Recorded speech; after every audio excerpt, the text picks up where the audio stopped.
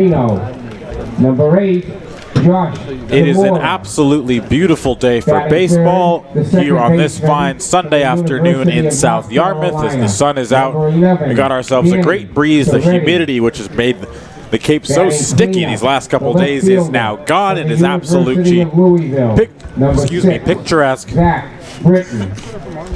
Exactly what you want to see. Hello, everybody, and welcome in. My name is Andre Sims, and alongside me, my broadcast partner today, TJ Matthewson. TJ, it's the reverse fixture of this one as YD and the Orleans Firebirds met yesterday at Eldridge Park, and it was a game that was just bizarre towards the end. But to start the game, we were absolutely flying. The pace was great, and it was two pitchers going at it. And for the YD Red Sox, it was Legend Smith on the mound. He had a phenomenal game. What did you like from him?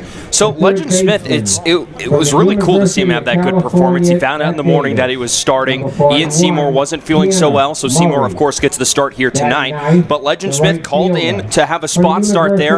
I don't know if they thought he was going to go 5 innings. He was used exclusively as a reliever this season at Oklahoma in both his freshman and sophomore seasons there. He started a little bit last summer, but this summer he comes out and gets his first start. In the bullpen, he was really so-so. He was struggling a little bit in the bullpen. Control wasn't all the way there. Was getting hit around a little bit. But comes out yesterday, 5 spotless innings, just 2 hits allowed, did not walk a single batter, struck out 6. He was ahead of hitters. He wasn't allowing a whole lot of hard contact. In a pitching performance the Red Sox really needed. They had a couple games in a row where they really struggled with the walks, the control, allowing runs. And yesterday there was none of it as the YD staff was spotless over those 9 innings. Only 1 total walk. At one point, to finish his outing, rather, I should say, after running into a little bit of trouble in the first frame, induced a 6-4-3 double play, and after that point did not allow a base runner. 13 straight retired by the Oklahoma lefty. But on the flip side, the Orleans staff was shutting down this YD offense until, of course, one of the weirdest plays I think we've seen this season. A couple of errors, the absolute defensive collapse from Orleans in what was a bizarre 8th inning where YD ultimately took the lead 3-0. So it was runners on at first and second in the top of the 8th inning. Wyatt Young, the league's leading hitter, striding to the plate. He hits a ground ball through the right side of the infield for a base hit. The right fielder for Orleans, Zach Daniels, had already thrown out a runner on the base paths earlier in the game.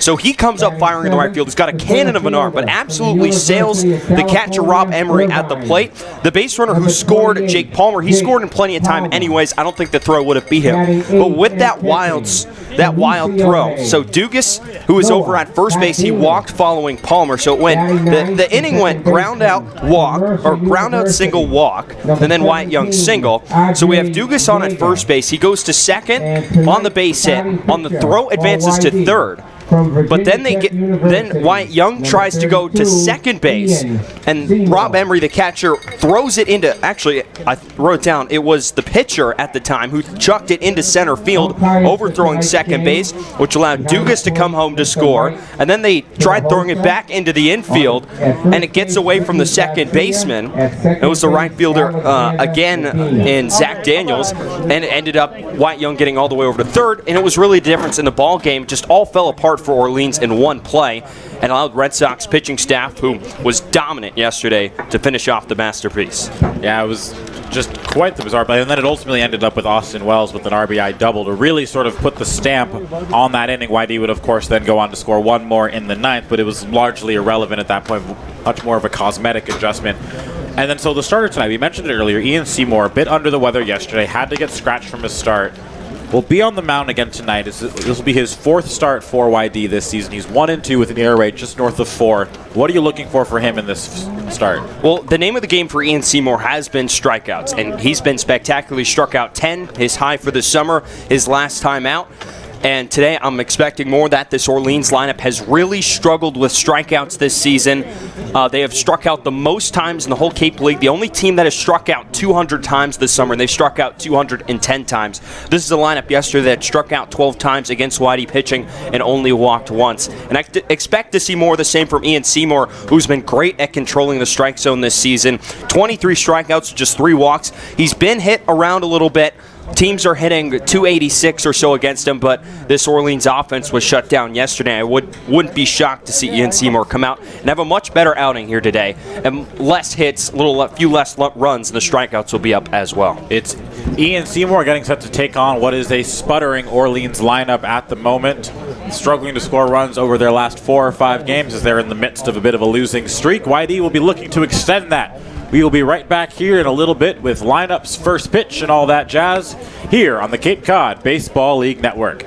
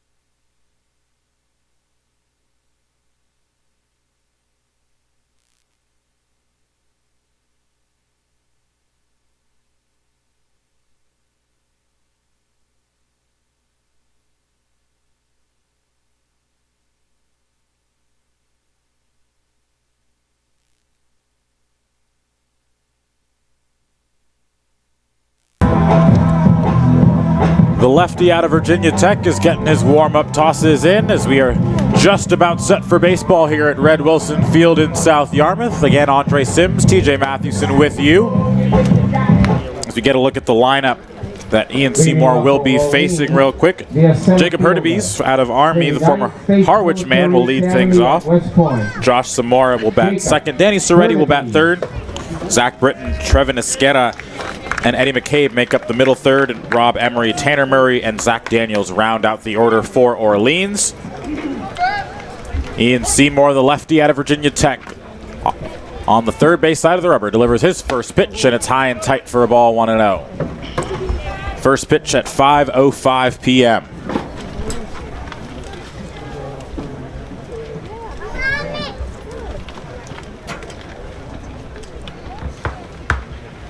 The 1-0 from Seymour.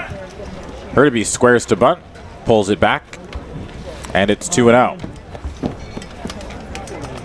Interesting to see where that ball was. If Cardenas behind the plate was able to hold on to that, it looked like it might have caught the outside corner, maybe a little bit low. 2-0 now to the speedy Hurtubise. He squares once again. That one's in the strike zone, and it's 2-1. Hurtubise is a guy that the Whitey Red Sox saw with Harwich earlier in the season, made a couple of outstanding diving catches in center field at Harwich right before Fenway Day. Very, very high speed guy out there in center field. Army cadet. And he's ahead in the count 3-1. He was then, of course, released by Harwich and picked up by these Firebirds.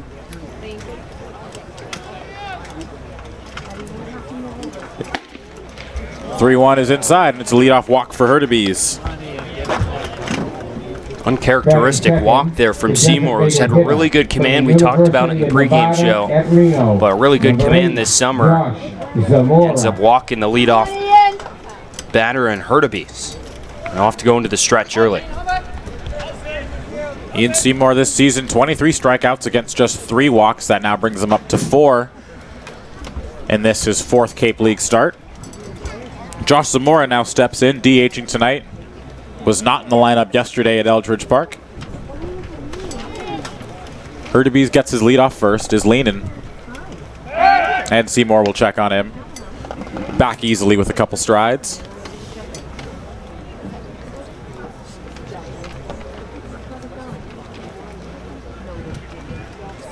Zamora batting from the right side, DHing this evening. Hurtubise bluffs but doesn't go. The first pitch is outside and it's 1-0. Seymour, a guy that a lot of scouts are here to see. Had a scout come up to Brian McLaughlin and I yesterday asking if we knew when Seymour was going to pitch. We figured it would be today.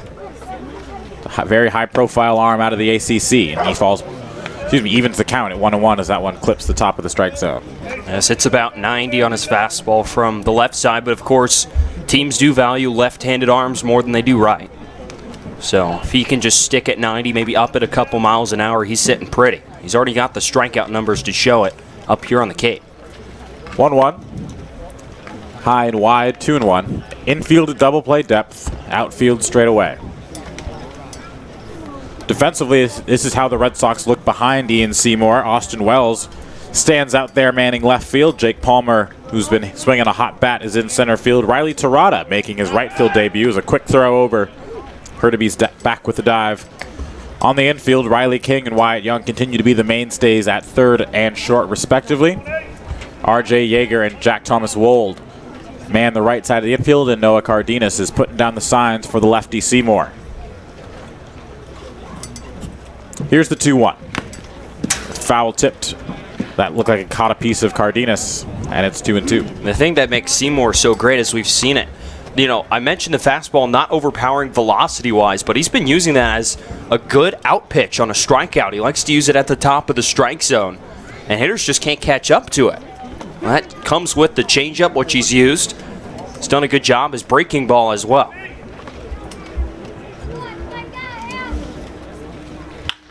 On the ground left side, King fields it in the hole. He's going to go to second for one. The turn, not in time. It was going to be a tough turn as that ball was slowly hit into the 5.5 hole on the left side of the infield. King did well to get the lead runner, but in the end it's a fielder's choice, and the speedy Hurtubise is off the base paths, and there's one down.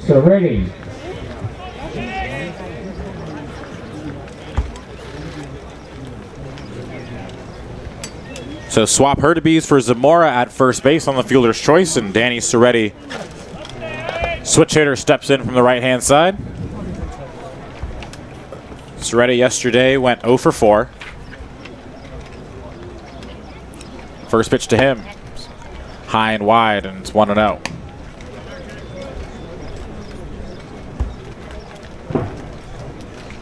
Not very many people in this Orleans lineup had any success yesterday against the White East staff, and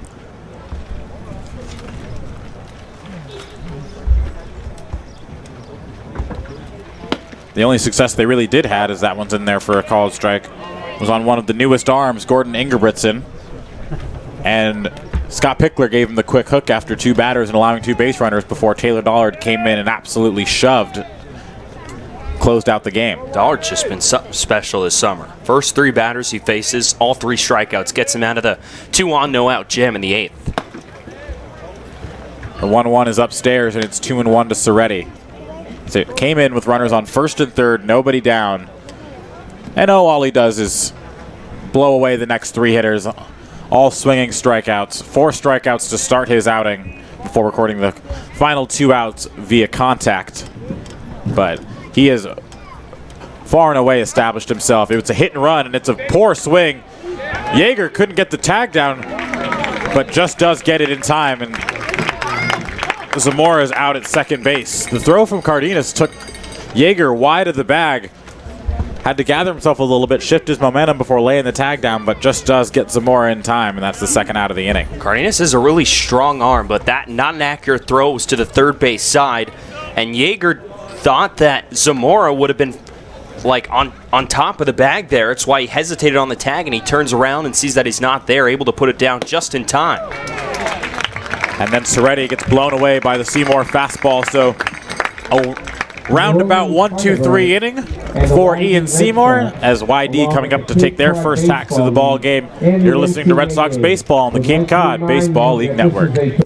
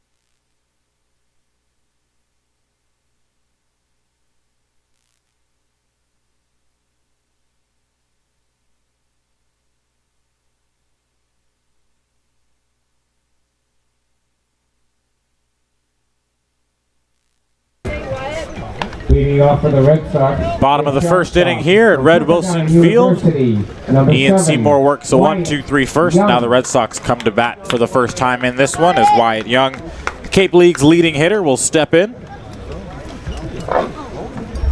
Came through in a very clutch situation yesterday, as we mentioned in the open, getting the hit that broke the scoreless tie in the 8th inning en route to a 4-0 win for these Red Sox. As the first pitch to him is swung on and fouled off the right-hand side, and it's 0-1. On the mound for Orleans in this one is Noah Skiro. Skiro, a righty, working out of just shaded to the first base side of the rubber. 0-1 is taken downstairs. Wyatt Young squared to bunt. Pulled it back, though, and it's 1-1.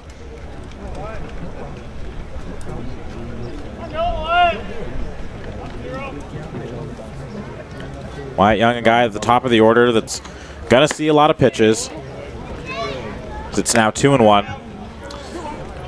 Excellent at working the count, seeing a lot of pitches, fouling pitches off, exactly what you want from your leadoff man, and just has the average to boot. 2-1. That one's downstairs, 3-1.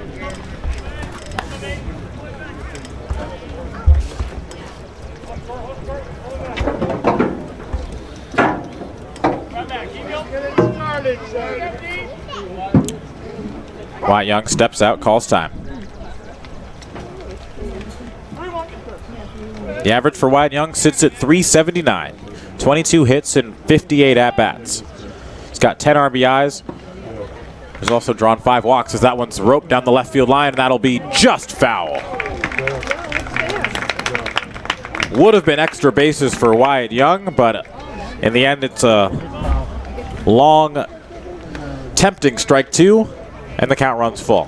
And we're so used to seeing Wyatt just sneak balls in between fielders, keep it just fair down that left field line, but that one, it just drifts foul. He's got the middle of the infield wide open here with 2 strikes. If he gets a pitch over the middle, I wouldn't be shocked to see this ball just go straight up over second base into center field. Young choking up on the bat as per usual. And he is rung up on the fastball on the payoff pitch, and that's the first out of the inning. Designated hitter from the University. So he gives way to Noah Campbell. 14. And a look at the rest of the YD lineup behind him. Austin Wells currently waits on deck. He is in left field tonight. Campbell DHing as he steps in from the left side. Riley King playing third is batting fourth. Jack Thomas Wold will hit in the 5 holes. The first pitch to Campbell is swung on and smacked right back up the middle. Coming in is Hurtubise, and he'll make the running grab, and that's the second out of the inning. There's the speed once again from Hurtubise patrolling center field. That's the type of athlete you want out there, is really able to go get it. Yeah, shows the speed you mentioned, and he misread that too. He thought it was going to be over his head. Instead, it died in really shallow center field, and he had to come in a long way to make that catch. Didn't even need to go into the dive, though. So there and take a possible blue pit away from Noah Campbell. Following Wold in the order is going to be Riley Tirada, Jake Palmer, Noah Cardenas, and RJ Yeager rounding it out. First pitch to Austin Wells is downstairs for a ball, 1-0. Defensively in the outfield, Zach Britton is in left. Jacob Hurtubise, as we mentioned, sits in center field. Zach Daniels is in right field. Tanner Murray, Eddie McCabe on the left side of the infield. Danny Soretti, Trevin Esquerra on the right side as Austin Wells fouls one off the left-hand side, and it's 1-1. And then Rob Emery, as he was last night, putting down the signs. 1-1 now, the count to the Cape League's leading home run hitter and RBI man. And that one once again is ripped foul off to the left, and it's 1-2. Austin Wells went 1 for 4 yesterday with the double that drove in Wyatt Young for the 3rd run of that 3-run 8th inning. On a ball that was absolutely smoked the other way. It's now 2-2 as the fastball misses wide. And that ball, TJ, was one of the things that's really most indicative of how talented of a hitter Austin Wells is as he awaits the 2-2 and fouls it back, is that was such an easy swing, and it absolutely took off over the head of Max Troiani and one-hop the wall at Eldridge. It's so smooth, and it covers the whole field, foul pole to foul pole. Seen it put on display so many times this summer. It's gone opposite field, I believe, twice by my count for home runs. 2-2.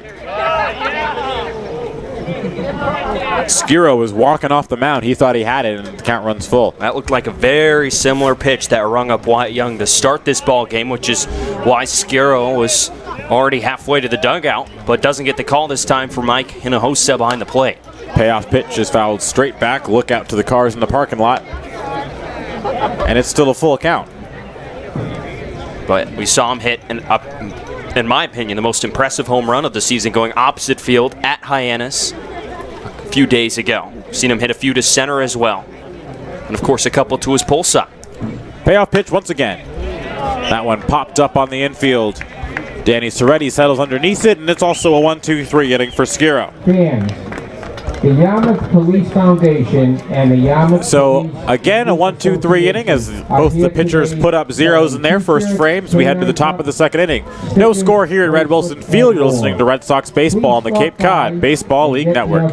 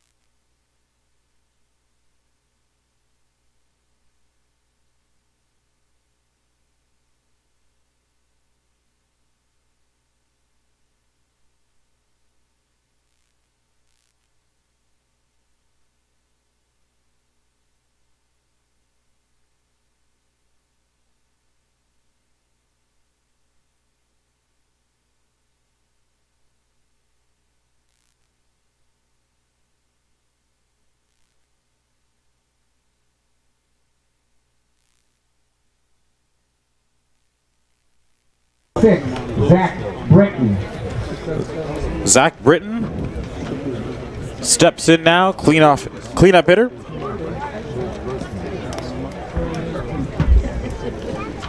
Not to be confused with the Major League closer, Zach Britton.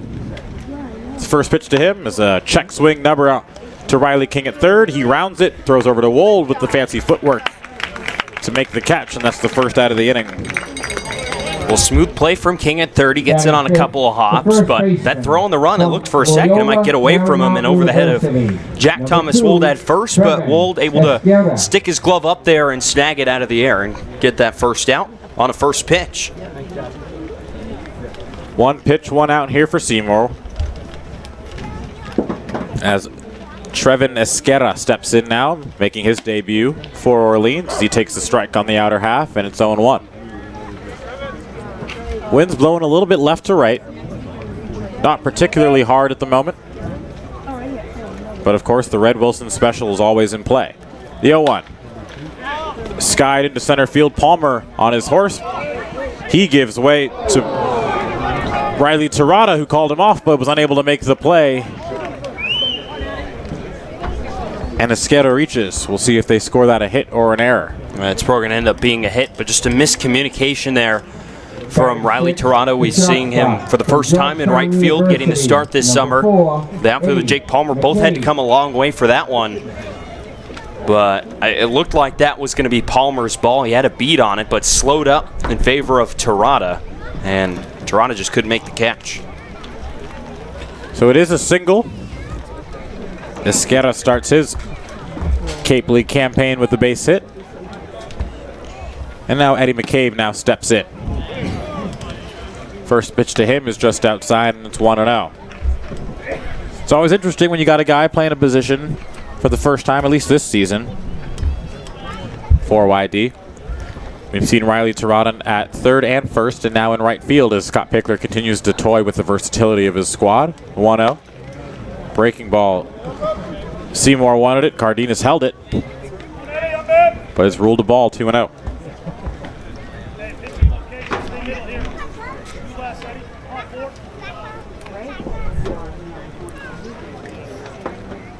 Seymour out of the stretch, set at the belt. Pumps in a fastball for a called strike, and it's 2-1.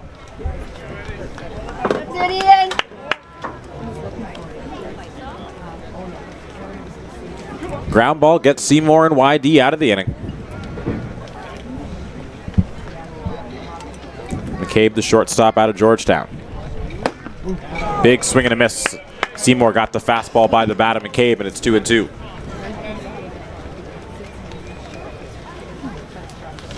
McCabe yesterday went 0 for 2 with the walk. Was the runner on third in that 8th inning that was stranded by the Taylor Dollard strikeouts, and he's blown away on a strikeout himself as Seymour pumps the high fastball by him, and it's the second out of the inning. There again is that fastball right at the top shelf. That one looked like it was above the strike zone. So Seymour first gets McCabe to swing at one right around his letters, then elevates the eye level a little more.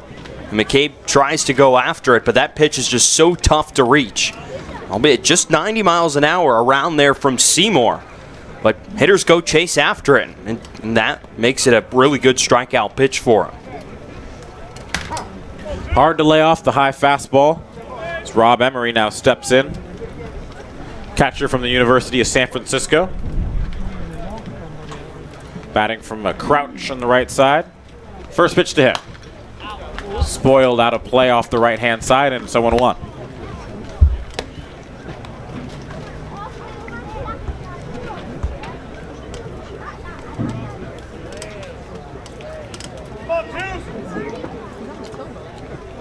Seymour comes set at the belt once again. He's ready.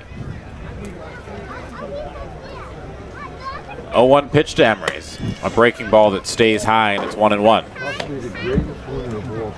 Outfield shading Emery to pull just a hair, with Jake Palmer lined up just to the left from our vantage point of second base. Right center field gap wide open for Emery should he choose to use it.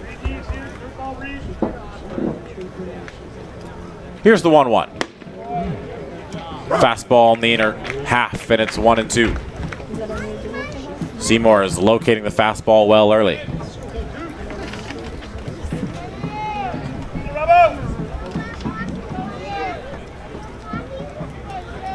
Esquerra's got a big lead off first. Digs his foot in just past the lip of the grass. That one gets over the glove of Noah Cardenas behind the plate, and Esquerra will advance to second base. Seymour not happy with himself there as he let the fastball get away. Yeah, it looked like Cardenas was again set up inside. That fastball sails, though, on Seymour high and outside, and there's not much chance for Cardenas to keep that one from going to the backstop. Managed to get a glove on it, but it still pops out and trickles all the way to the chain link fence.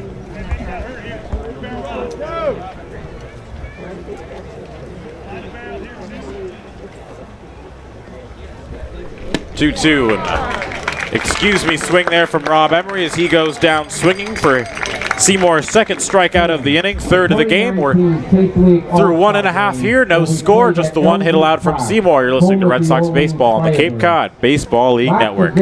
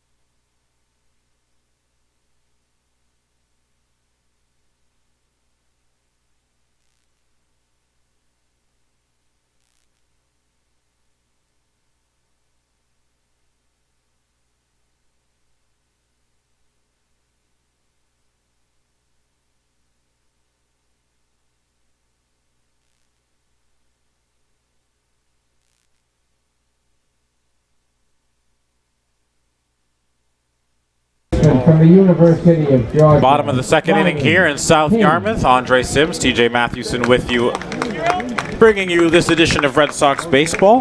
This is the 10th game in a row for this Red Sox team, as we've been making up a host of rainouts, fog outs, whatever you want to call them, weather-related postponements. As we've got, this is game number 10 in a row, and still an additional 13 in a row up until the All-Star game.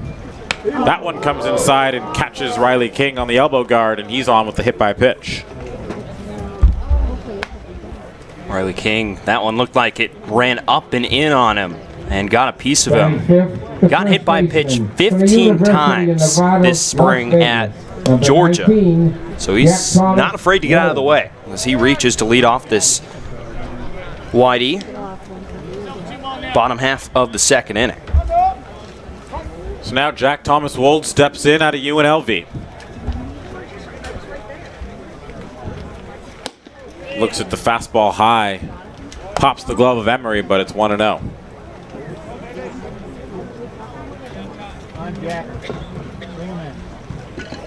Riley King's on first. The other Riley Tirado, waits on deck. 1-0 is high and wide, 2-0.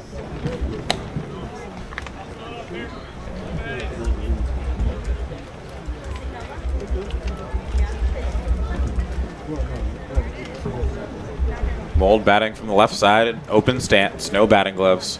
Still searching for the power numbers that we saw on display way back on opening day. It's yet to go yard since.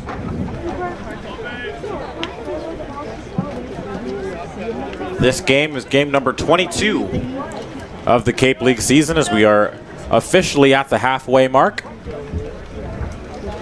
Took us a little while to get here, but we finally did.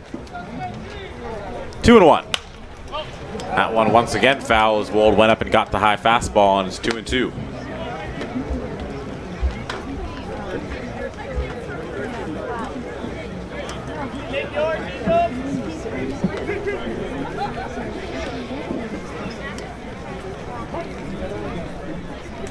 Wold steps back in, 2-2. Crowd still filling in here at Red Wilson Field. People taking their seats. Breaking ball freezes Wold just a bit outside. And the count runs full. That's a good pitch there from Skiro. It's 3-pitch guy, a fastball, a slider, and a changeup. That looked like the slider that he dropped there on the outer edge. Just missed off the plate. Payoff pitch to Wold. King goes. And it's downstairs, so King will jog into second base. Wold will stroll on down to first. And it's 2 runners on to start the inning, and Riley Tirado now stepping up to the plate. The right fielder from the University of Dayton, number 25, Riley Tirado.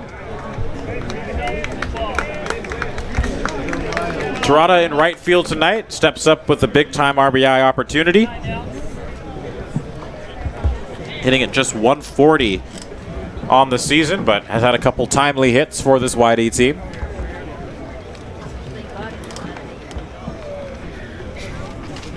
First pitch to him. It's a fastball pumped in at the knees, and it's 0-1. Jake Palmer has been swinging a hot bat, wakes on deck.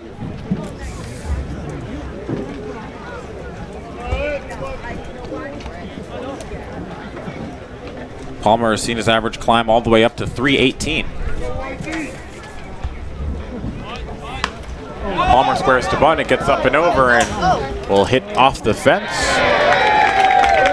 And from the fan reaction, it looks like we got a clean catch made by someone just to the left of the press box here. Always play the bounce. And right there, just took a skip off the top of the chain link.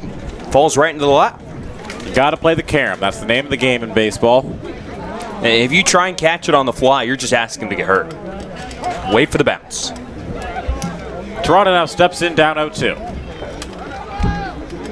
King and Wold get their leads. Looks like the slider there that misses downstairs, 1-2.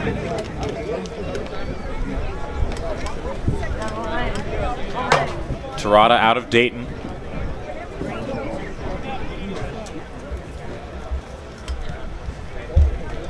Awaits the 1-2 offering from Skiro. Checks King on second a couple times and now delivers. Handcuffs Terada on the fastball inside, and that's the first out of the inning.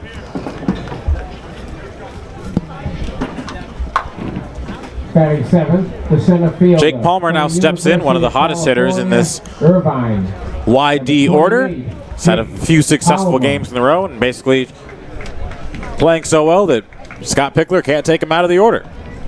It's been really just great as advertised too. On-base machine. It's 5 for his last 11 over the course of 6 games. He's got the on-base percentage at an even 500 with his 2 for 4 performance yesterday. First pitch to the lefty out of UC Irvine is a called strike, 0-1. His on-base percentage was helped by the performance a few games ago where he reached base 5 times. A couple hit by pitches, a couple walks, and a base hit. And as TJ mentioned, a 2 for 4 day yesterday. 0-1. Chopped off the end of the bat, foul, and it's 0-2. Still only 1 down here in the bottom of the second inning. Red Sox looking to draw first blood.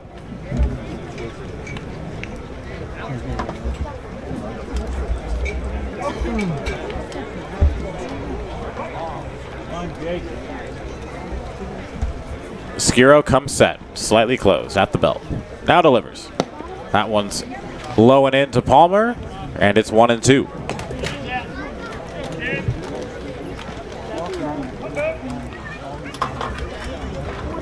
Palmer isn't close to qualifying for the batting title, doesn't have the necessary at-bats, of course, but the average still sitting at a respectable .318. 7 for 22. Here's the 1-2. That one skied into the left center field gap. But Britton's got a beat on it, and that'll be the second out of the inning. So solid contact there from Palmer as he goes the other way, but it finds the glove of Britton out there in left, and now the 2-out RBI opportunity will fall on the bat of Noah Cardenas.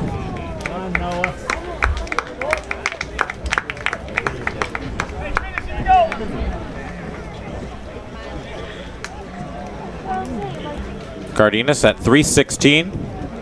This is his 9th appearance for YD this season. Deputizing Austin Wells behind the plate. First pitch to him is a fastball on the outer edge, and it's 0-1.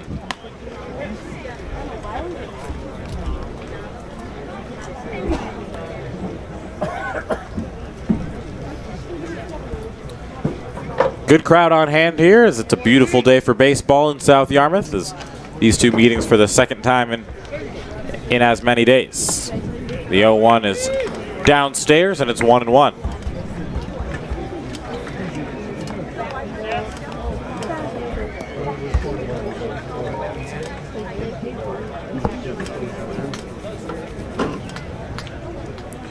Cardenas waits at the plate.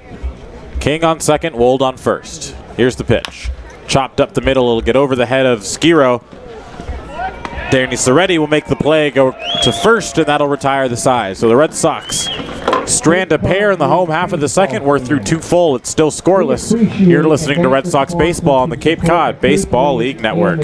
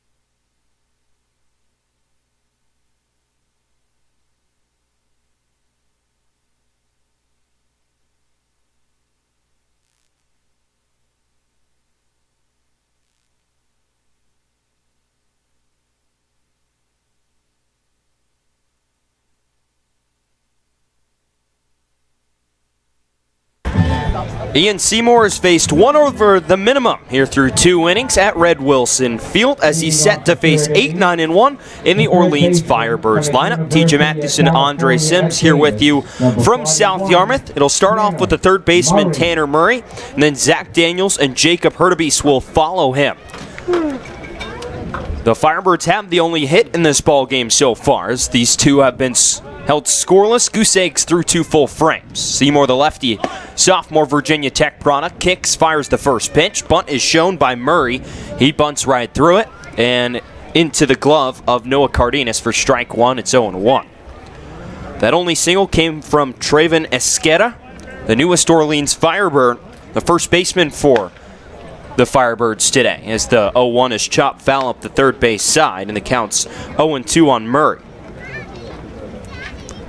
Murray hitting .208 this summer with a double and a home run and 3 RBIs.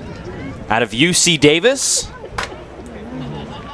Seymour kicks, fires the 0-2. Fastball way upstairs, trying to get Murray to chase, but he keeps the bat on his shoulder, and the count's 1-2. Well, if the numbers stand as they were entering today, Ian Seymour is 3 strikeouts away from leading the league in Ks. He's at 26. 1-2. Change up, looked like he missed a bit inside and low, and the count will even at 2 balls and 2 strikes. We've seen him use that fastball at the top of the strike zone twice, and also use his changeup to get a strikeout on Rob Emery to end the second inning as the 2-2 misses outside, and the count's now full on Tanner Murray, 3-2. Exquisite command Seymour has had so far this summer. He's walked 1 today, uncharacteristic for him. Only his 4th walk of the summer. Here's the 3-2. Fastball, strike 3 called on the inside corner. Number 4 on the day for Ian Seymour, and the first looking as he sets down Tanner Murray to start this 3rd inning and bring up the 9-man Zach Daniels. Daniels was 0 for 3 yesterday with a pair of strikeouts in the loss to YD. Red Sox are 3-0 against the Firebirds this season, and have won 8 straight against Orleans dating back to last season. First pitch on the way to Daniels out of Tennessee. Swing and a miss right through a fastball. And the right fielder's behind 0-1. The Red Sox dropped the 3rd game of the season and the first against the Firebirds last year. At Orleans, a 1-run loss, and then reeled off the next 5. 0-1. Fastball misses upstairs, and the count evens at 1-1. And YD has convincingly taken the first 3 games against Orleans this year. Firebirds have struggled against the top 2 teams in the Eastern Division. 1-1. Fastball misses just away, and the count will go to 2-1. The check swing, they appeal down to first, but Mickey Garcia says that Zach Daniels didn't go around, and the count's 2-1. Orleans 0-2 against Chatham this year, and 0-3 against YD. Seymour out of the windup, fires home the 2-1. Swing and a miss from Daniels, like he slowed it down with the changeup right there. Up in the strike zone, and the count's 2 balls and 2 strikes. The YD defense shading Daniels to pull on the infield. Wyatt Young shaded deep in the hole at short. And a slight shade in center field from Jake Palmer towards left center. 2-2. Strike 3 called on the outside corner. 4 straight set down by strikes, and the first 2 looking here in the 3rd inning. Ian Seymour records his 5th strikeout of the ballgame. And that will flip the lineup over, and Jacob Hurtubise will step to the plate. He walked to lead off the ballgame back in the 1st inning. Yeah, Seymour appears to be really settling in now, taking complete control, really attacking these hitters. First pitch. Curveball called a strike on the outside corner. It's 0-1. I mean, hard to argue with 4 straight retired via the strikeout, especially with the last 2 looking. He's clearly keeping this Orleans lineup guessing something. 0-1, bunted foul up the first base side, and it's quickly 0-2. And that's something that really helped the YD pitchers yesterday get established, was they never got comfortable. They were never seemed to be locked in, never really had any solid contact. They were constantly guessing, and more often than not, guessing wrong. 0-2, fastball misses, and the count will go to 1 ball and 2 strikes. So right now, Ian Seymour tied with Sam Thorson of Hyannis for the Cape League lead with 28 strikeouts. Here's the 1-2. Swing and a foul, 3rd base side. It drifts out of play. A young fan will scoop it up down that way. Now a a swarm of kids go chase after that one here at Red Wilson. Yeah, had a brief misplay there.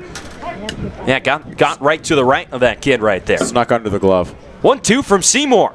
Curveball, swinging a chopper right at R.J. Yeager at second. He fields, easy throw over to Jack Thomas Wold at first, and that'll be in time to get Seymour out of this third inning. 1-2-3 with a pair of strikeouts here in the third inning. Ian Seymour is through 3 scoreless at Red Wilson Field. Well, it's the bottom of the third here from DY High School in South Yarmouth. No score between the Firebirds and the Red Sox on the Cape Cod Baseball League Network.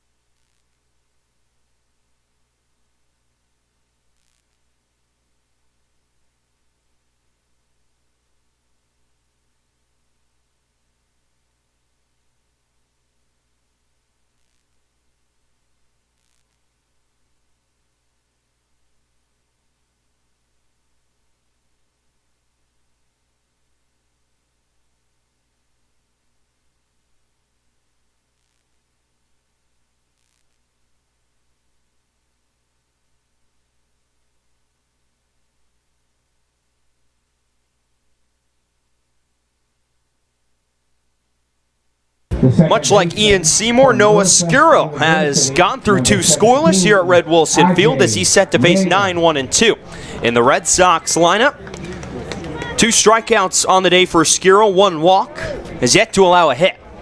First pitch on the way to R.J. Yeager out of Mercer. Fans at the first pitch on the outside corner for a strike. It's 0-1.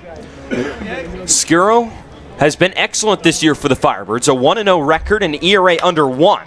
As Yeager flares that one, shallow right field. Coming in is Daniels, and he'll make the catch on the run, running towards the right field foul line. So 2 pitches and the first out recorded on R.J. Yeager, who can't get that one to drop in right field.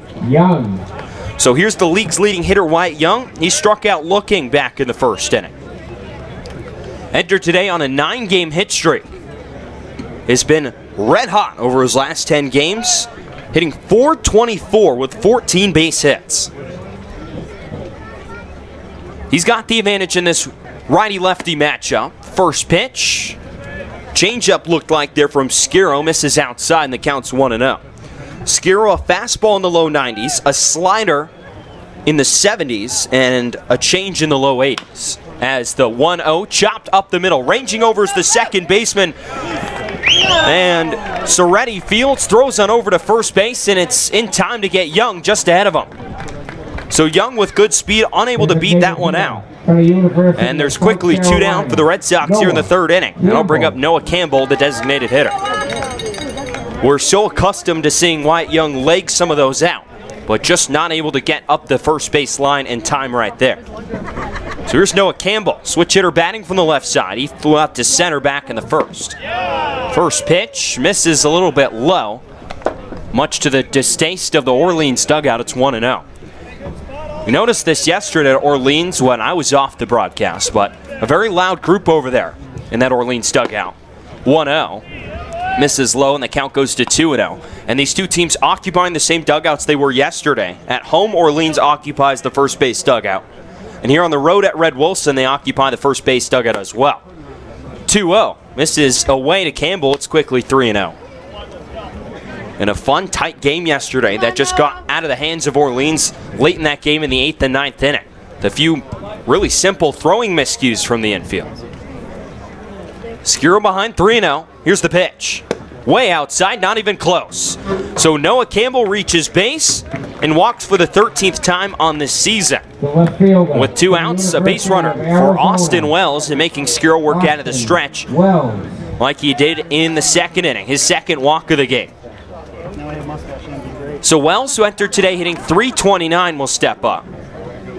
Riding a 5-game hit streak, the Cape League leader in home runs and RBIs. and has probably been, at least through the halfway point, the most valuable player. Rob Emery out to have a quick word with Skiro, and he'll now turn around and head back to behind home plate. So Wells, the Pac-12 Freshman of the Year, digs in from the left side. Noah Campbell, second on the team in stolen bases, 5 for 6. Leads off of first. The Red Sox are second in the league in steals. The first pitch stays upstairs to Wells. 5 straight balls thrown by Skiro, and the count's 1-0. The man at the plate right here leads the team in steals. 6 for 6 is Austin Wells. Here's the 1-0 from Skiro. Check swing, and Wells did go around. Called a strike by Mike Hinojosa behind the plate. And the count's 1 ball and 1 strike.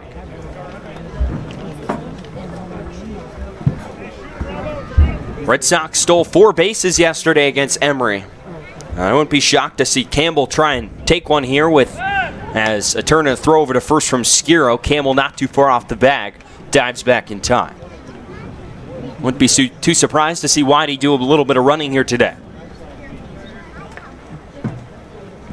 Skiro comes set, working in the stretch. He'll fire home the 1-1.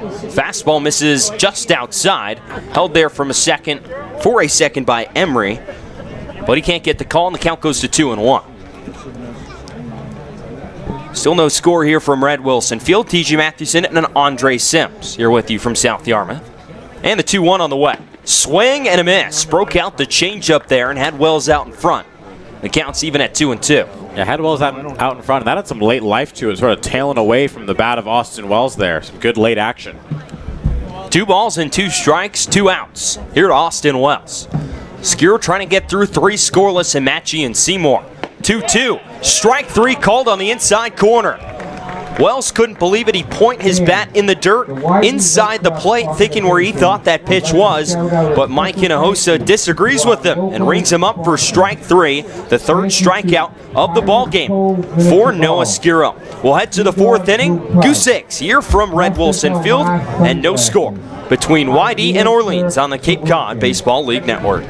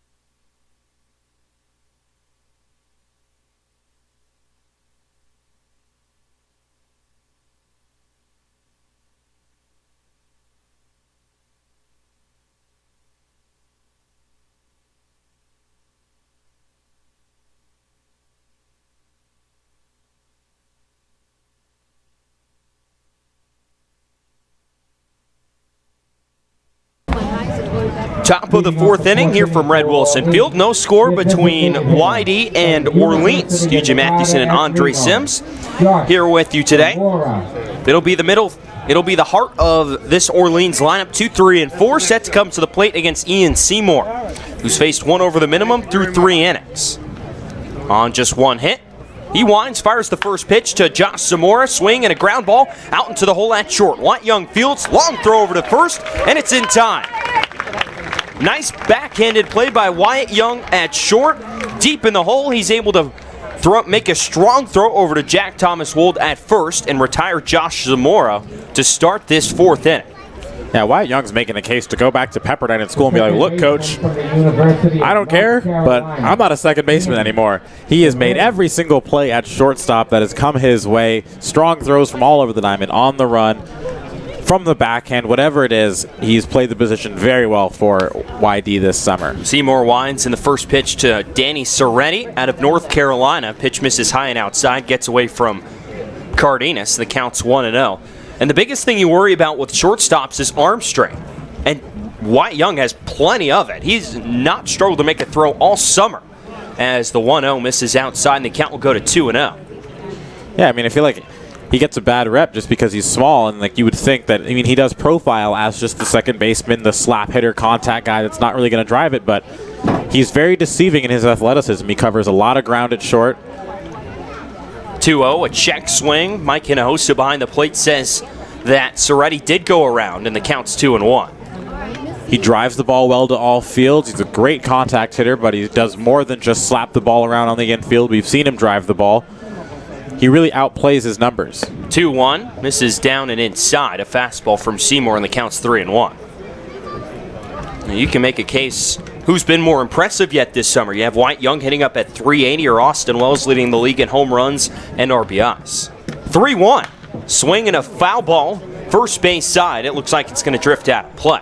And the count's going to go full on Soretti at 3 balls and 2 strikes. And you got to think, as of now, All-Star game 2 weeks from today, that if you were to pick, all the managers and GMs, I believe, will get together and decide the All-Star teams. Well, that Wyatt Young and Austin Wells will be there. Seymour winds, and the 3-2. Fastball misses just low.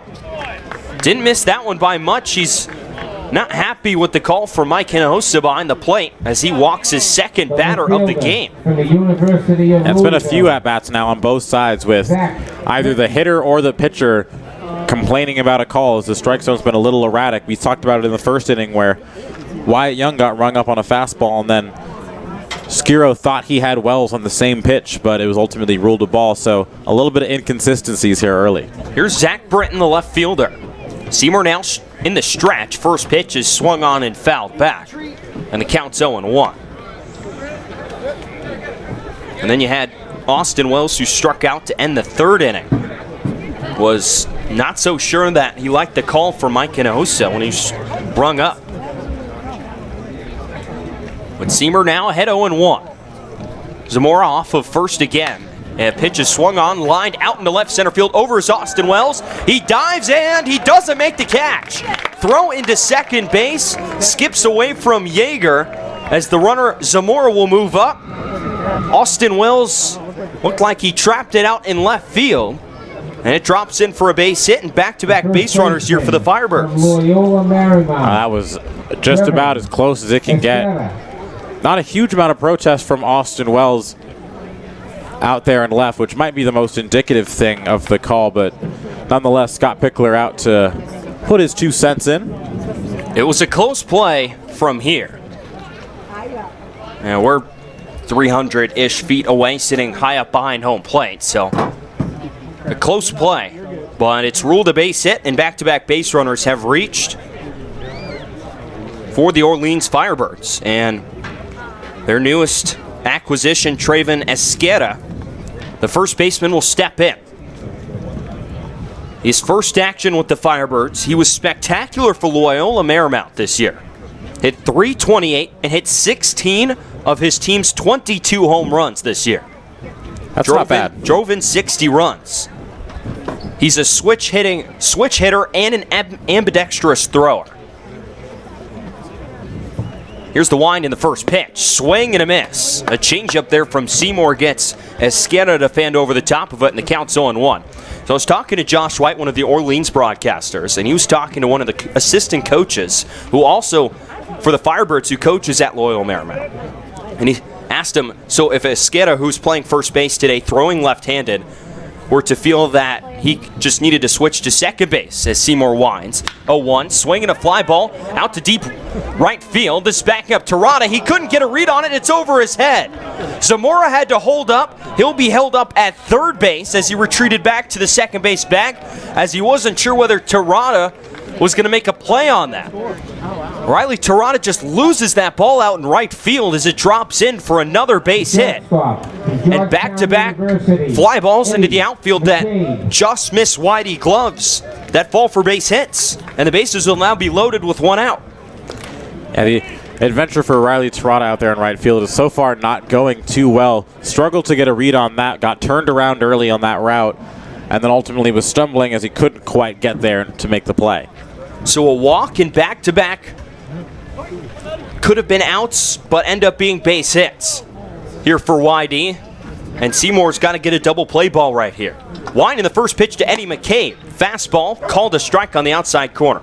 Anyway, the story with Esquerra that, so Josh goes up and asks the assistant coach, so if he needs to go play second base and he just puts on a right-handed throwing glove on his left hand and goes to second base, he can do it? And he said, yep. So, Pat Venditti-esque. Well, maybe not on the mound. Venditti throws from both sides of the mound. I don't believe he's signed with a Major League Ball club right now. He actually is on the Giants, I believe, in AAA right now. Oh, gotcha. So, 0-1. Fastball high and outside. Sales have been on Seymour, and the count's 1-1. Quite a talent. I could not imagine throwing with my non-dominant hand. I could probably get a throw to first from second base, maybe shortstop. It wouldn't be very fast, but I could get it there on the fly, but certainly would never do it in anything competitive. I wouldn't even do it in intramural softball. 1-1 on the way. Here's the slider, it looked like, called a strike, or the curveball from Seymour, and the count's 1-2.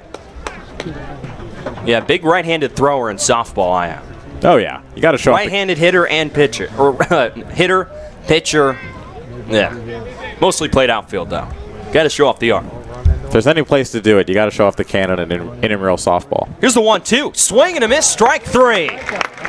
Seymour gets him to swing, McCabe to swing over the changeup down and outside. That's strikeout number 6 for Seymour, and he's now in sole possession of the Cape League lead in strikeouts. That was his 29th on the summer. How about that for Ian Seymour? University of San Francisco. So now there's 2 down here in the 4th inning. And that'll bring up the catcher, Rob Emery, who Seymour struck out to end the 2nd inning.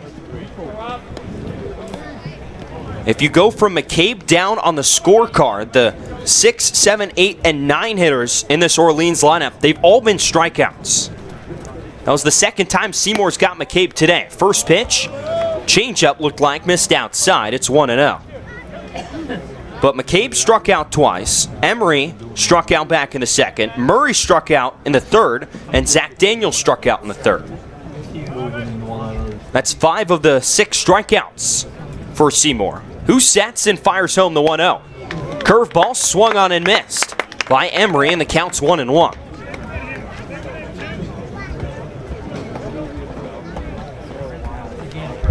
Bases packed full of Firebirds. Soretti over at 3rd, Britton at 2nd, and Esquerra at 1st.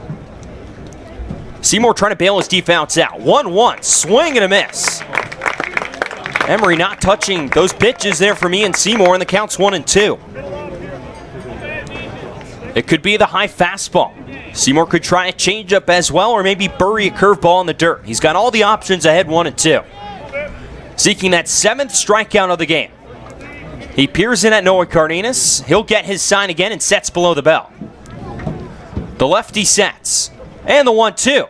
Fastball misses high and outside. And the count goes to 2 balls and 2 strikes. Saw Seymour shake his head once. He was wanting to throw that pitch, trying to get Emery to chase. But instead left the bat on his shoulder, and the count evens. Firebirds again lead off of every base. Seymour will set. And the 2-2. Swing and a miss, strike 3. Bases loaded, 1 out, no problem for Ian Seymour as he gets his 7th strikeout of the ballgame and gets Rob Emery to chase a curveball to end this 4th inning here at Red Wilson Field. We'll head to the bottom of the 4th. Here from South Yarmouth, no score between the Firebirds and the Red Sox on the Cape Cod Baseball League Network.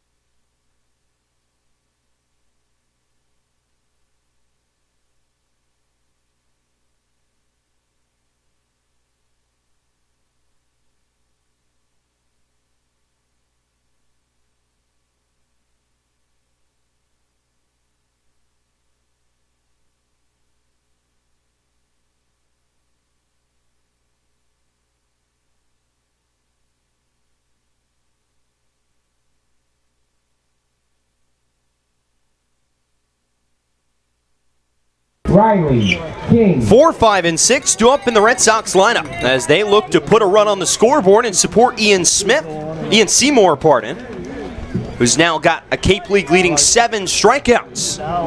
Our total of 30. He's got 7 strikeouts through 4 against the Orleans Firebirds. Riley King leads it off, the cleanup hitter for YD. Watches the first pitch from Noah Skiro miss up and in. For ball 1, it's 1-0. So now the Red Sox, as of now, have the average leader in the Cape in Wyatt Young as the 1-0 swinging a liner up the middle and into center field for a base hit. Riley King has reached base for the second time today as he lines a ground ball up the middle and trickles into center field. And that'll bring up 1 runner on, no one out for Jack Thomas Wold. But anyway, the average leader in the Cape and Wyatt Young batting leadoff for YD today. You have the home run and RBI leader in Austin Wells batting third. And then you have the strikeout leader in Ian Seymour out on the mound. So here's Jack Thomas Wold. He walked back in the second inning. The only real threat that the Red Sox have had against Noah Skiro. He allowed the first 2 to reach in the second, but then got 3 straight outs and bailed himself out of trouble. First pitch to Wold, swing and a line drive, ripped deep right field. This is a chase back Daniels. He looks up, it hits 3/4 of the way up on the right center field wall. Wold will slide into second base. King advances to third. Jack Thomas Wold just misses hitting his second home run of the season out to right center as he knocks one off the right field wall and puts runners on at second and third and nobody out here in the 4th inning. That's one of the best swings that we've seen Jack Thomas Wold take in the last, I would say at least couple weeks. He's been struggling to drive the ball, especially to his pull side. Got every bit of that one there. Took it about 3/4 way up the wall. It was a nice line drive swing. He's been working a lot in the batting cages over the last couple weeks. Starting to see it pay off. From Arizona State. So we're now going to see Eric Tolman bat in the spot of Riley Terada here in the 4th inning. So I'm going to guess Tolman's going to take over in right field for Terada, who struggled out there today. So Tolman bats here in the 4th inning. The Arizona State Sun Devil 2-way player. We saw him pitch a couple games ago at Brewster. Struggled in that one, but getting an at-bat here. Got an at-bat July 3rd against Hyannis and cranked a home run. First pitch to him misses way outside, and the count's 1-0. And BP today saw him launch one. You can see that house out in right field. He hit one just to the right of that house on the fly. Skiro sets 1-0 to Tolman. Swinging a ground ball up the middle, gets past the second baseman Soretti and into center field. 1 run and King comes home to score. Wold held up at third, and it's going to be an RBI single for Eric Tolman. So comes in to hit for Riley Terada and dribbles one up the middle that gets into center field for a base hit. And 3 straight hits for the Red Sox here in the 4th inning. Has them out in front. It's 1-0 Red Sox. Good swing there from Eric Tolman, taking it right back up the middle. He's also another guy that has been working a lot in the cage and now starting to see the results with an absolute moonshot, TJ, as you said, against Hyannis a few games ago, and now with the solid base hit up the middle to drive in the run. So Palmer will step in from the left side. He flew out to left field his first time up. Solidly struck ball.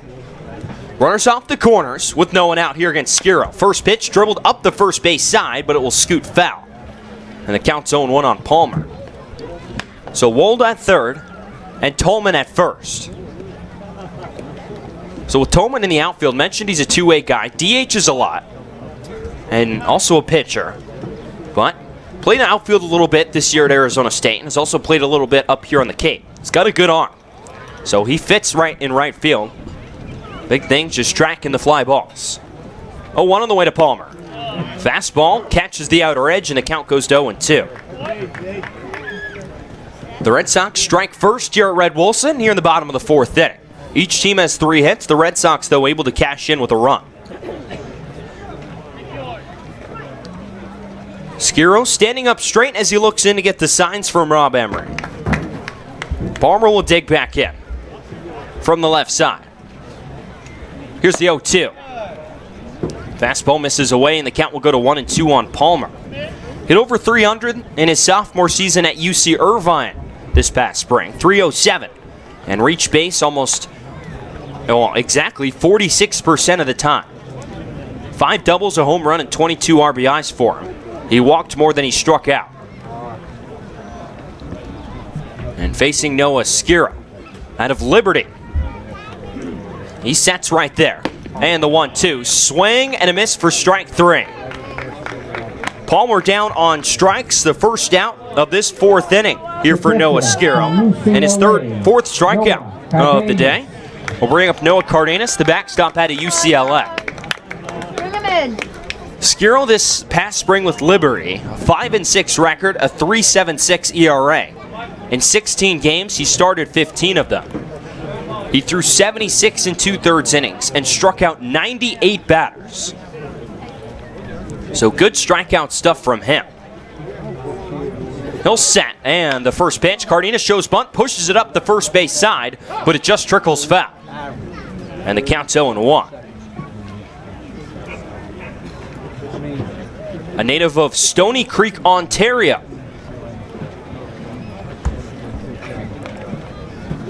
So Cardenas is behind 0-1. Noah, the starting catcher at UCLA this spring for what was the #1 team in the country for most of the season. Hit up near 400 throughout the regular season, struggled down the stretch though. Had his batting average fall to 375. 0-1, high and outside to Cardenas, and the count evens at 1-1. Not a bad place to have your batting average fall to. No, not at all. 375. I mean, I'm sure he'll tell you he would like to keep the production up where it was as his team ventured into Omaha, but still, that just shows the kind of numbers that he was putting up for UCLA. Just a special season for the Bruins. Fell to Michigan, though, in the Los Angeles Super Regional. 1-1, fouled out of play, and the count goes to 1-2, albeit not that opposition that the Bruins were facing in that Super Regional. A couple of former YD Red Sox and Tommy Henry and Carl Kaufman had spectacular outings in the postseason and helped Michigan reach Omaha and come within a game of winning the College World Series. Said it was the Vanderbilt Commodores who came back after losing the first game. Tommy Henry was spectacular and won 2 straight. 1-2. Off speed, called strike 3. Drops in right at the knees. No argument for our Cardenas as he's set down on strikes. The 5th strikeout of the game for Noah Skira. He's an out away from getting out of trouble, and the second baseman R.J. Yeager will come up with 2 on and 2 out. Yeager looked like he was going to get a hit back in the 3rd inning, but Zach Daniels showing good range in right field, able to take away a possible base hit. But the shortstop out of Mercer will dig in and awaits the first pitch from Skira. Fastball misses high and upstairs, and the count goes to 1-0. Former freshman All-American in Yeager to earn those honors. Hit .324 as Kelly Nicholson is going to take a quick jog out of the dugout on the first base side. So there's someone up in the Orleans dugout. We'll see what Kelly decides to do right here. But after hitting well over 300 as a freshman at .324, as a sophomore this past spring, hit just .253. Likes to model his game after Carlos Correa, both mainly shortstops and standing pretty tall. So Nicholson says a few words of encouragement, pats Noah Skira on the chest a couple times, and will jog back to the first base dugout. So Yeager, who stands at 6'3", 200 pounds, will dig back in from the right side. Count 1-0 to him. Skira will set, and the 1-0. High and inside, and the count goes to 2 balls and no strikes. 1-0 Red Sox here in the bottom of the 4th inning. Each team with 3 hits. The Red Sox have been able to cash in with a run. So all three YD hits have come here in the 4th. Runners off the corners again. 2-0, misses upstairs. The count will go to 3 balls and no strikes. As Skira loses Yeager here, that flips the lineup over, and the league's leading hitter Wyatt Young will get a chance to extend his hit streak to 10 games. Jack Thomas Woldoff of 3rd Eric Tolman off of first, 3-0. Off-speed pitch, called a strike on the inner edge. Tolman took off from first. It's going to be a defensive indifference as no one moved. Either the middle infielders in Eddie McCabe or Danny Sorrenti up the middle. And Rob Emery, no attempt at a throw. 3-1. Swing and a miss from Yeager. Jace is up in the strike zone, and the count goes to 3-2. I gotta say, defensive indifference is one of my favorite obscure stats in baseball. I don't know why. I really don't have an explanation for it, but I really do think it's hilarious. I really love it. 3 balls and 2 strikes to Yeager. Here's the pitch. Misses. No, called strike 3 on the inside corner. Yeager tossed his bat aside, thinking it was ball 4, but Mike Hinojosa behind the plate said it was strike 3, and Noah Skuro strikes out the side to get himself out of trouble here in the 4th inning. He starts the inning allowing 3 base hits, but then strikes out the final 3 batters here in the 4th to hold the Red Sox to just 1 run. We're going to head to the 5th inning here from Red Wilson Field. 1-0 Whitey over Orleans here on the Cape Cod Baseball League Network.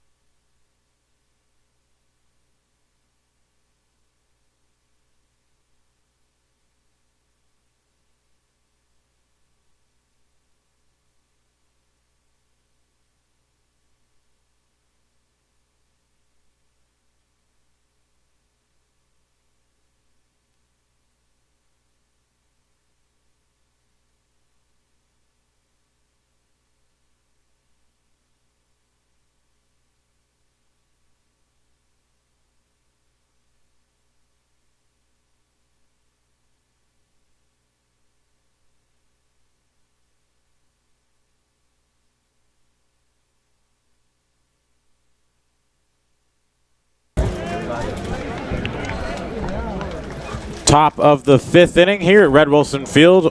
YD has drawn first blood in this one as they bring home a run in the home half of the 4th inning. Tanner Murray, the 8-hole hitter, to lead things off against Ian Seymour as he goes out for his 5th inning of work and promptly starts Murray with a breaking ball for a called strike 0-1.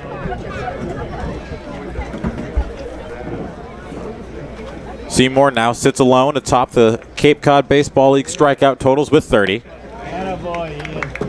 And it's very quickly 0-2 on Tanner Murray out of UC Davis. Murray struck out his first time through. Was Cade looking to start the 3rd? The 0-2 from Seymour. Sliced foul and out of play.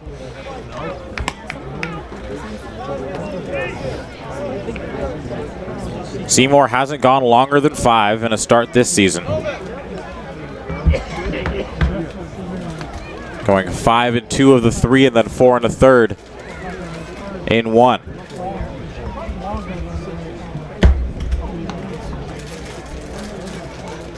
Still 0-2 now to Tanner Murray.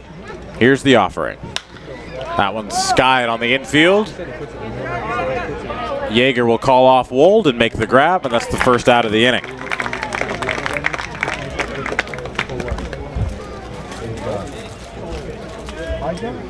So now the 9-hole man, Zach Daniels, will step in. The right fielder. Saw Daniels make an absolutely picture-perfect throw to cut down, I believe it was Gavin Dugas, at third. No, it was Riley King, which would have been my second guess. From right field on a play where he was going back on it off the jump. I thought he was going to have no chance at doubling off King at third base, but unleashed an absolute seed from his right arm and gunned him at third. And the 1-0 pitch is in there for a called strike 1-1. But then, of course, outfield assists giveth and outfield arms taketh away, as he then sailed one about 15 feet up the line and about 15 feet too high, and it allowed a couple runners to score in what started just one of the weirdest series of events that allowed 2 runners to score and Wyatt Young to go all the way from first to third on a couple of errant throws, and it's 1-2 now on the swinging strike to Daniels. Seymour waits patiently on the mound. Out of the windup. Now delivers the 1-2. Pumped the fastball in high. Daniels kept his hands back and laid off. It's 2-2. Daniels also struck out looking his first time through. High volume strikeout guy, but high profile athlete as well, as he swings and misses at the fastball in the outer half, and he's down swinging for the first time, his second strikeout of the game, and that's strikeout The center fielder from West Point. number 7, or excuse me, 8 for Ian Seymour. The bottom 4 batters of this Orleans lineup have come to the plate 8 times, and they've struck out 7 of them. Seymour's done a good job setting down this bottom part of the Orleans lineup. So Seymour flips the lineup, and the first pitch to Hurtubise is a breaking ball in there for a called strike, 0-1. And TJ, we've seen Seymour pitch well in his 3 outings. Struggled with getting roughed up a little bit, giving up at least 2 in each of his first 3 starts, but he's been a different animal out there on the hill tonight. Yeah, we've seen at least 2 runs and 5 hits, I believe, in all 3 of his starts so far. But today he looks so much sharper. The ball's keeping the ball out of the air, keeping it on the ground, and it's getting a lot for, home run's sake. 0-2 is well upstairs, and it's now 1-2 to Hurtubise. Seen him give up a couple of long balls here at Red Wilson, which want to keep the ball out of the air here. It does travel with the short fences.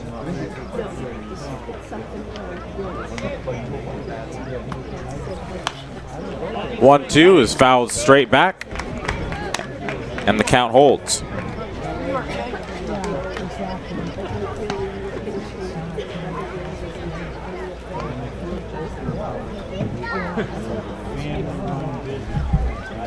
One, 2 on its way.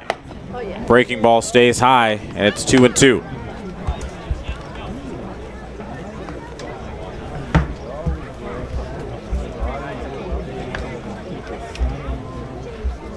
This next pitch for Ian Seymour will be pitch number 78. Through 4 2/3. But the numbers, of course, increased due to the high volume of strikeouts.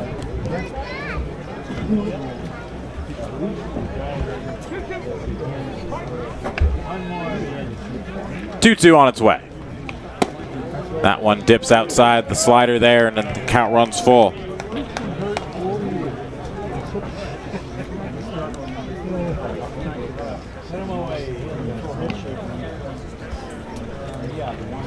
Seymour looking for his 9th strikeout of the day. 3-2. And he got it. Blows the fastball by Hurtubise. 9 Ks for Seymour through 5. Red Sox coming up to take their at-bats in the home half of the 5th inning. They lead 1-0. You're listening to Red Sox Baseball on the Cape Cod Baseball League Network.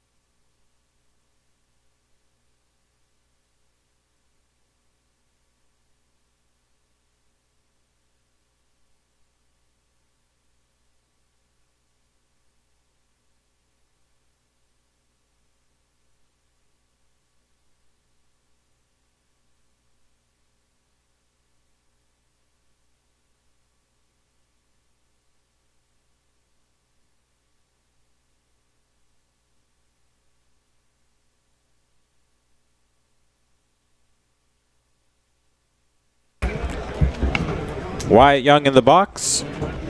0 for 2 on the day. Nearly legged out an infield single on a weak ground ball to second his last time up.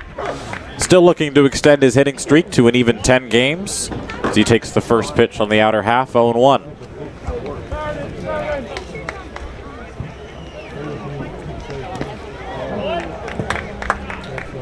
And it's 0-2 very quickly to Wyatt Young.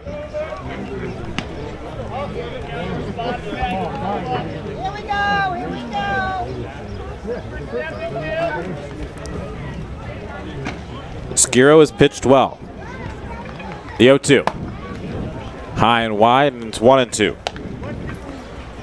Another problem that, for as good as this YD offense has been, still pacing the Cape League in runs scored, they have left an awful lot of runners on base this season. Already up to 5 in this one through their 4 half innings of at-bats. 2 in the second, 1 in the third, and then 2 in the fourth. So for as good as this offense has been, the numbers could be even better if they were better at driving people in, as Wyatt Young skies the 2-2 wide, and it's still 2-2. I think it's more been the case that they've just had too many runners on. They hit over 300 with runners in scoring position, you know, a number that it's kind of hard to get it up over, you know, a certain like 400 or so mark. 2-2 is well inside. Wyatt Young has to dance away, and the count's full. And you can't drive them in every single time. Of course. It's impossible. It's just the game would be too easy, and the final score would look like a football score if it were really that easy. Full count offering. Grounded to second base. Soretti on a couple hops will throw over to first, and Wyatt Young is 0 for 3. That's the first out of the 5th inning. Designated hitter from the University of South So Wyatt Young will give way to Noah Campbell, who reached on a walk his last time up.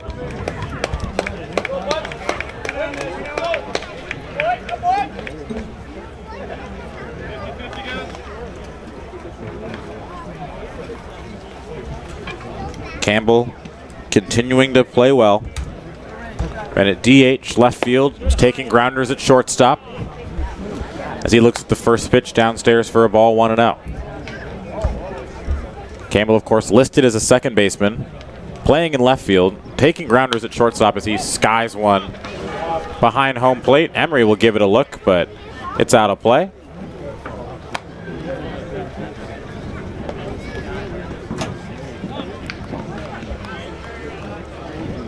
One nothing our score here from Red Wilson Field. Andre Sims, TJ Mathewson with you. This is a matchup of 2 versus 3 in the Eastern Division. As Campbell swings and misses at a fastball, and it's 1-2. YD entering this game number 22 for them at 13-7-1, 2 points behind Chatham, and Orleans 3 points behind YD. As that one's high and wide, and it's now 2-2. Orleans enters this game 11-8-1.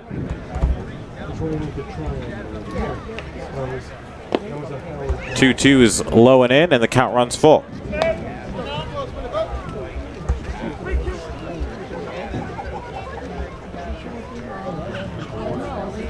It's now 77 pitches, 34 balls for Skiro on the mound. Campbell fouls that one off the foot of Emery, and it's still 3-2.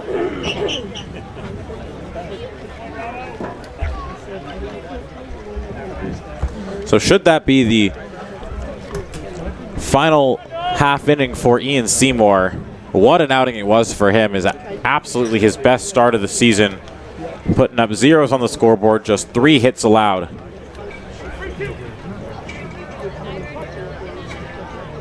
Campbell back in the box, full count. And once again, he draws a walk.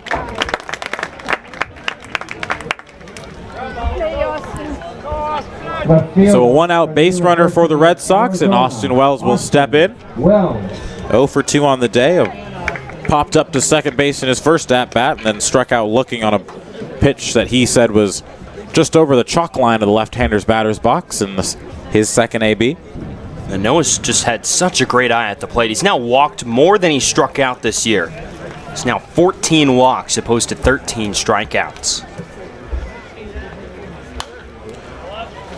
Wells first pitch swinging and fouls it away.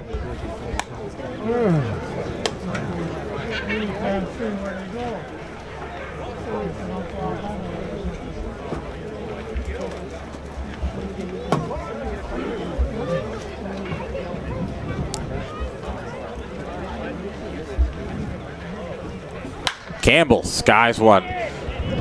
Left field line. Giving chases Murray, and he was unable to make the play on the slide as he was all the way towards the bullpen out there down the left field line. It was an outstanding effort, but unable to make the grab.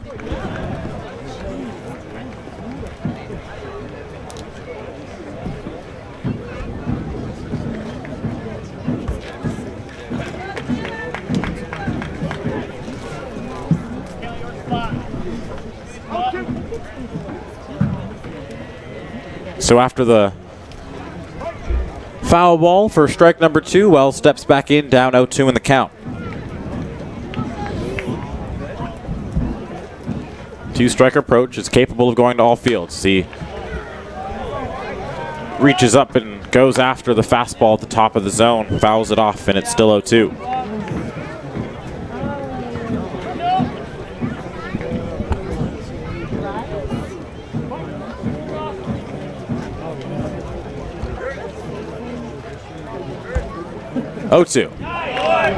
Gets Wells swinging as he chases a pitch just low and out of the zone, and that's the second out of the inning. The third baseman from the University of Georgia, Riley King. So now Riley King will step in, roped a line drive single up the middle in his last at-bat.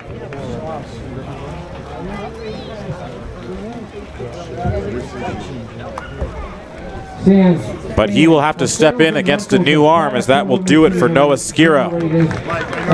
So Skiro makes it through 4 2/3. We got a new arm coming in for the Firebirds. We'll tell you all about who he is, where he's from, and what he's got. On the other side of this break, you're listening to Red Sox Baseball on the Cape Cod Baseball League Network.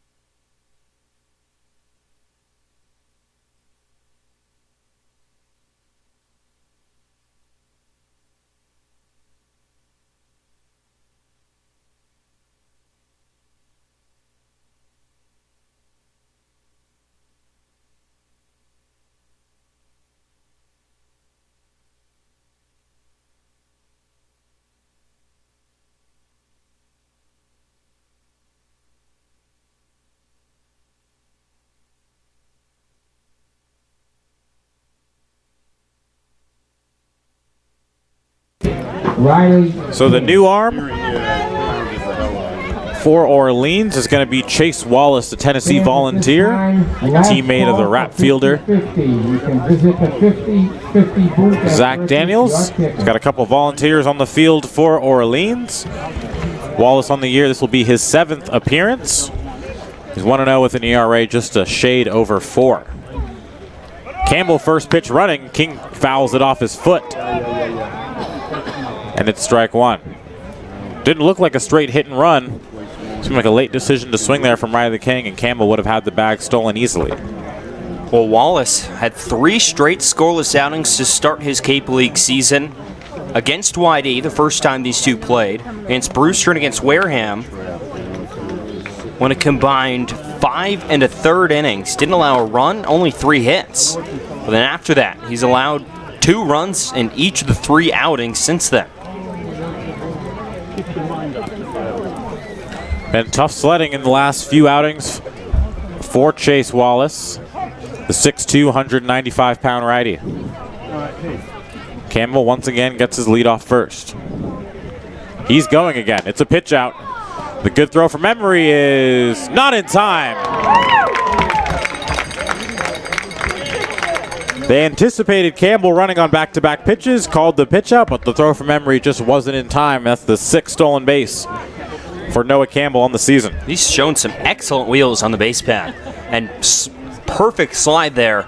Or a nice throw from Rob Emery right on the bag, but as I mentioned, a good slide from Campbell to the back corner of the base. Evades the tag in time to get to the base. Riley King chops one up the middle.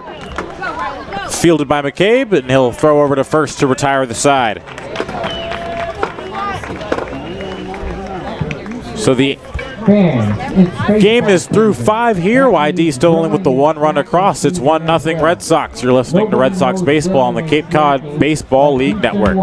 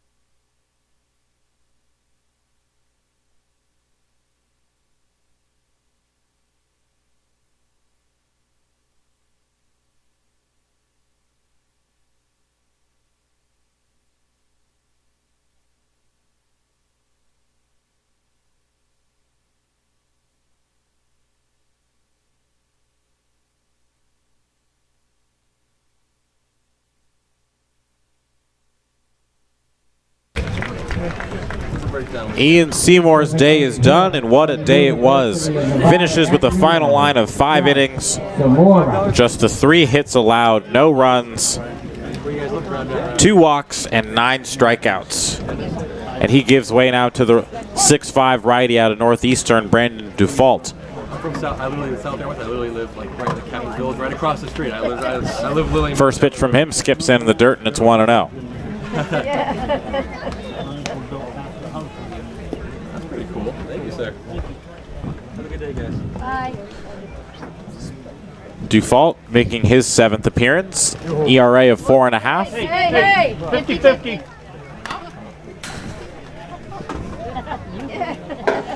And it's now 1-1. It's Josh Zamora, Danny Zaretti, and Zach Britton due up here for Orleans. They find themselves still down 1-0 here in the 6th. We started a little early today, so I might have. We got bogged down. 1-1. So that kind of closed out a bit. That one's off the inner half, and it's 2-1. Yeah, we usually have 2, but right now Dufault got roughed up in his last outing and really inflated the ERA. 2 2/3 against Hyannis. Allowed 3 runs. They were all earned. 3 walks, 4 strikeouts. came back around again just to make sure people That one's upstairs, and it's now 3-1.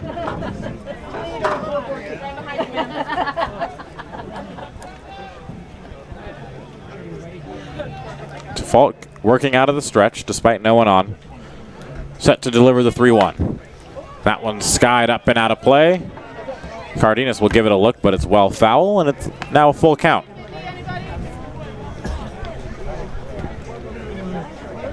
Dufault stands 6'5", 195 on the mound. Tall, lanky righty, Hudson, New Hampshire native. Set to deliver the payoff pitch to Zamora. And that one's also skied, and that one will once again get out of play.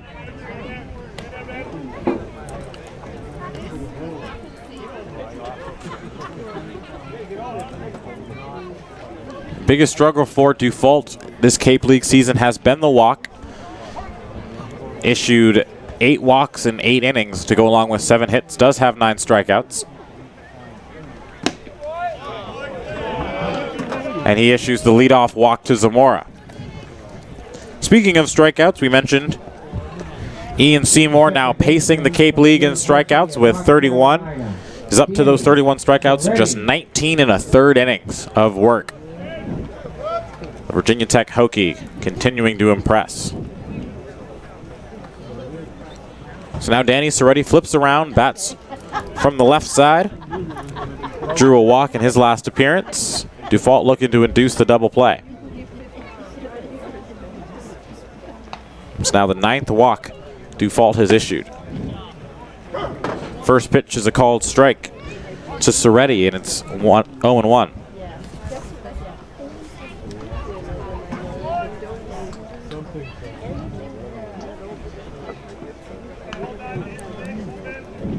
As such, the whip for Dufault sits just a tick below 2 at 1.88.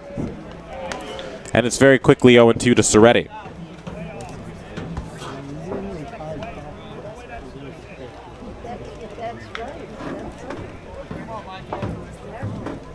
Oh, to the count.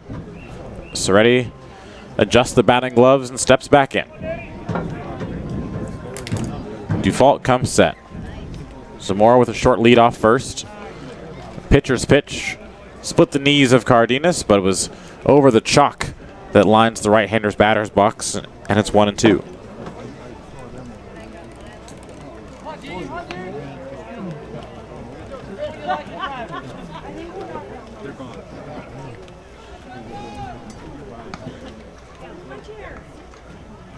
Here's the 1-2 from Dufault, and time is called before he can deliver.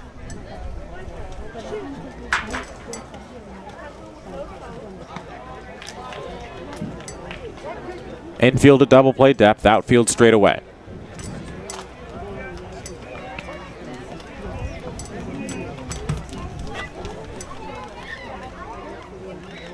Now the 1-2. Low and away, and the count evens. 2 balls, 2 strikes to Soretti.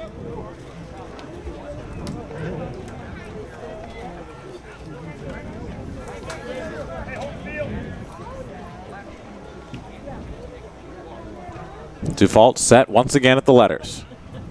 Now delivers. That one smoked up the middle. Wyatt Young makes a tough play to second for 1. Yeager to Wold, and that completes the double play. The ball was absolutely rocketed off the bat of Soretti, and Wyatt Young had to make a tough play, stayed down beautifully on the ball to start the double play to Yeager, and who completed the turn and fired over to Wold to complete the 6-4-3, and just like that, the leadoff walk is erased, and there are 2 down in the inning. That ball took a tricky hop at the end.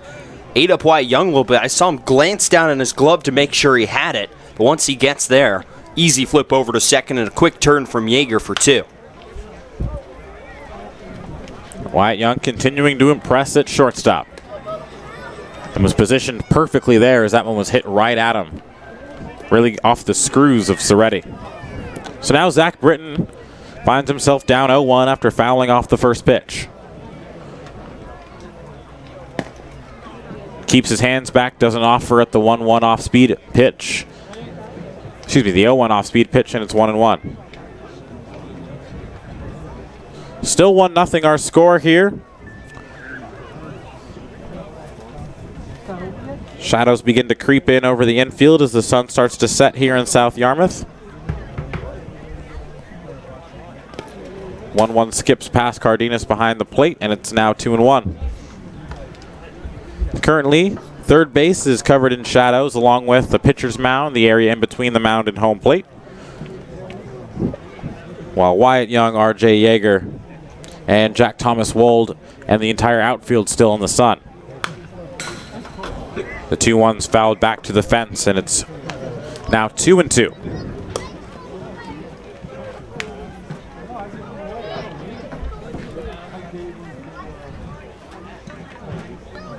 R.J. Yeager stands just a hair onto the outfield grass and right. 2-2. Got him looking on the off-speed pitch. Dufault works around the leadoff walk, induces a 6-4-3 double play before striking out Zach Britton looking, and it's a 1-2-3 frame for him out of the bullpen. We're through 5.5. Red Sox still up 1-0. You're listening to Red Sox Baseball on the Cape Cod Baseball League Network.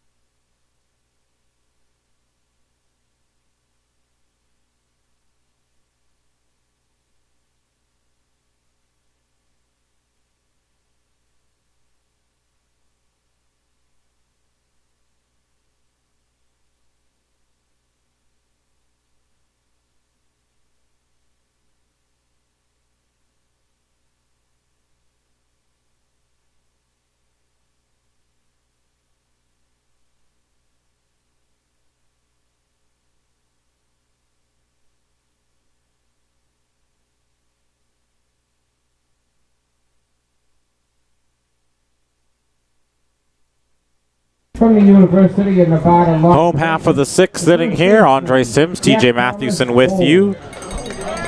1-0 our score here is Orleans still struggling to push anything across against the Wide East staff. And Jack Thomas Wold set to take his at-bat here off Chase Wallace. First pitch swinging as he misses over the top of an off-speed pitch, and it's 0-1. Third at-bat for Wold on the day. He's got a double and an RBI. He's been on base both times.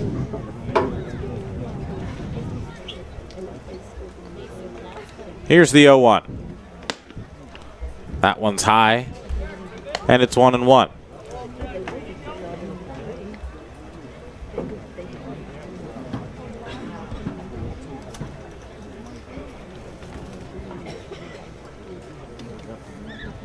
Wallace delivers now on the 1-1. Once again, a big swing and a miss from Jack Thomas Wold, and it's 1-2. And now it's been 17 innings against Whitey pitching since the Firebirds have last scored a run. Scoreless over the final 2 frames of their second game of the year at Orleans. The 1-2 goes all the way back to the backstop, and it's 2-2. And then a shutout yesterday, and so far 6 shutout today.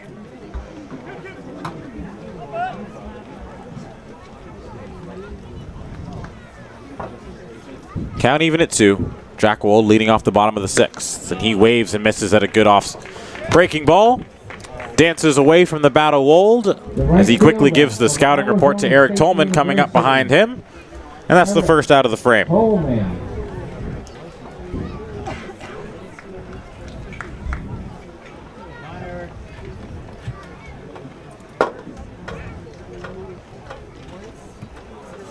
Tolman came in as a pinch hitter for Riley Terada, who had a couple of defensive miscues in right field and promptly singled in his first at-bat as he takes a pitch for a called strike 0-1. Tolman out of Arizona State. Seeing more at-bats here for YD, in addition to his time on the mound. Here's the 0-1. Buckles him a little bit, and it's a called strike 2.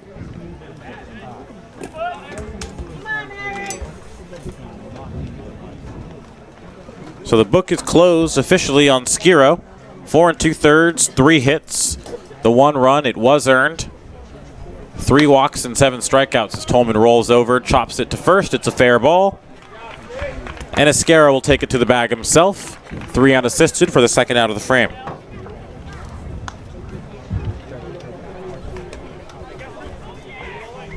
Center fielder from the University of California, Irvine. So now Jake Palmer will come to the plate. 0 for 2 on the day. Batting here with nobody on and 2 down.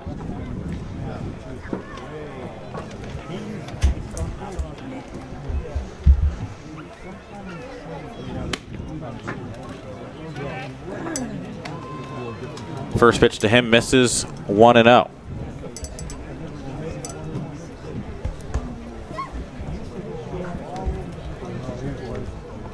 Palmer batting from the left side.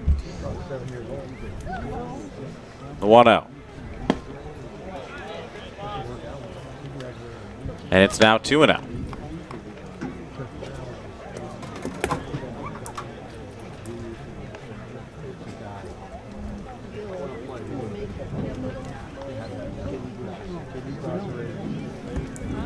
Still 1-0 our score.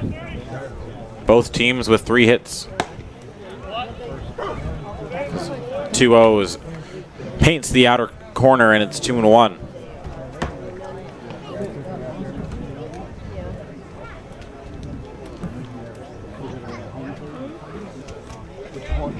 Orleans, no runs, 3 hits. Whitey, just the 1 run on 3 hits. No errors for either side. Palmer skies one to center field. Hurtubise once again on his horse. And it'll actually be the shortstop McCabe going out on the slide and making an outstanding play with his back to the infield. Cape Cod Coca-Cola, thank you. So an outstanding play from McCabe going out into shallow center field, ends the frame. YD goes 1, 2, 3 in their half of the 6th. We're through 6 full. We head to the 7th on the Cape Cod Baseball League Network.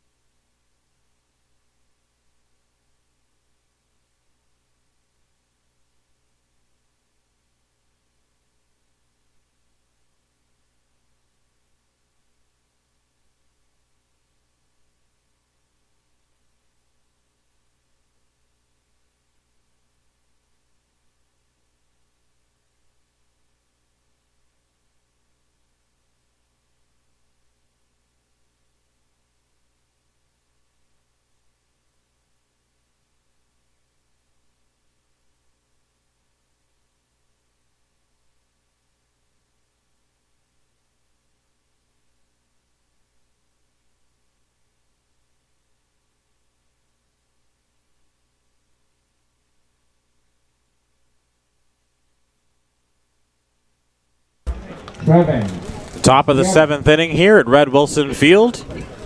Andre Sims, TJ Mathewson bringing you all the action on this fine Sunday evening. It's a beautiful evening, partly cloudy skies here in South Yarmouth.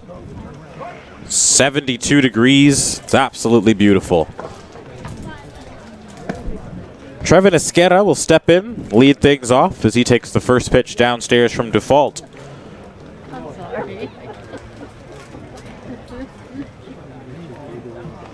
Well, Noah Cardenas will quickly call time and get a new card for his wristband with pitch signs on them. He'll slide it in there, and we'll be set to get back underway momentarily.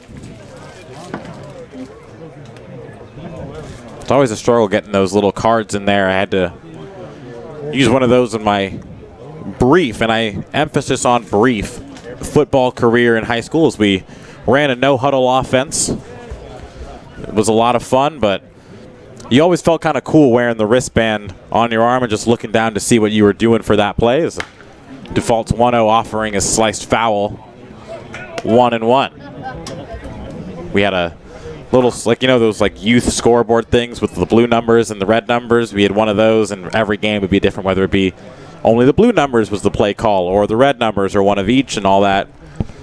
It was an entertaining system.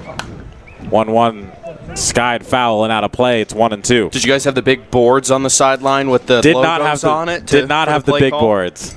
Just the little makeshift PE scoreboard held up for the play calls. Ooh, always my favorite part to see what teams decide to hold up. College football Sundays or Saturdays are upcoming, close, under 50 days. The 1-2 dances outside, and it's now 2-2. Esquerra's got a pair of hits in this one. Exactly the start you want for your new team.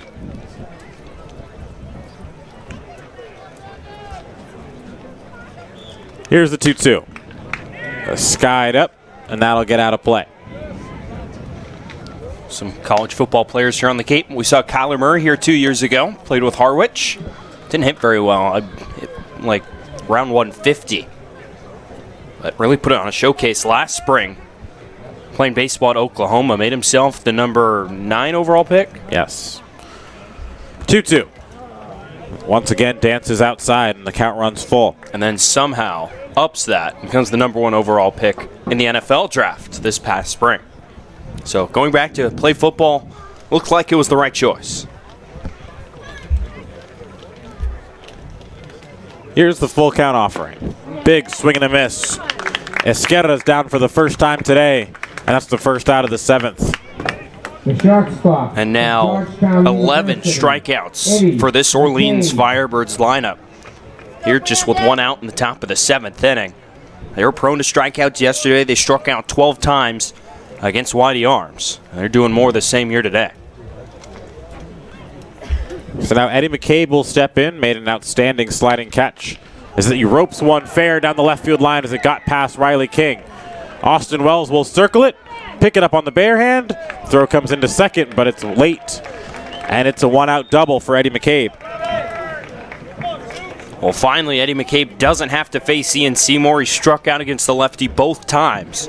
He was up with the plate, but jumps all over that pitch from Dufault. Just keeps it fair down that left field line and puts a runner in scoring position. It's the tying run out there on second base. Another batter for Orleans. That'll be happy to see Ian Seymour no longer out there on the bump. Rob Emery, who himself has a pair of strikeouts in this one, both swinging. Bottom 4 hitters before this double from McCabe. 0 for 8, 7 strikeouts against Seymour. First pitch, sliced foul and out of play on the right field line, and it's 0-1.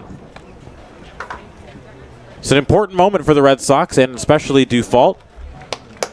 Working with a slim 1-0 lead. 1 down here, and McCabe on second base. Yeager shaded over to the bag, holding on McCabe. Right side of the infield is wide open, as is right center field. 0-1 to Emery. Swings out in front of an off-speed pitch, and it's 0-2.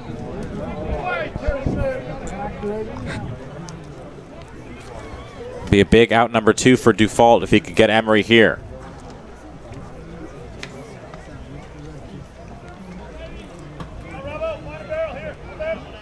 Dufault set at the letters. Here's the pitch. Just off the outer edge, and it's 1-2.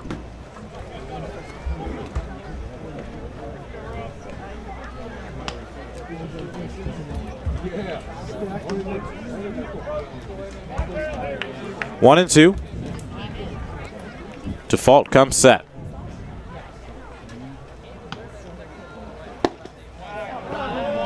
once again, just barely low.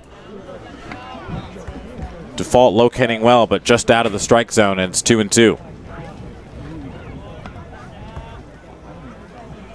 Another arm is warming in the YD bullpen.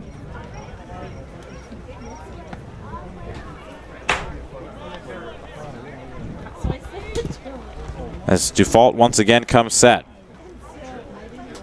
It's Gordon Ingebrigtsen getting set. And once again, time is called right before the pitch is thrown.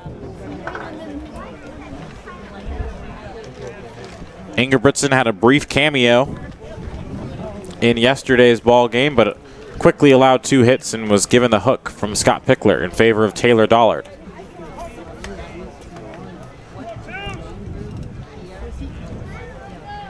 Two now the count. Here's the pitch. Fouled off at the plate. Emery just stays alive and the count remains 2-2.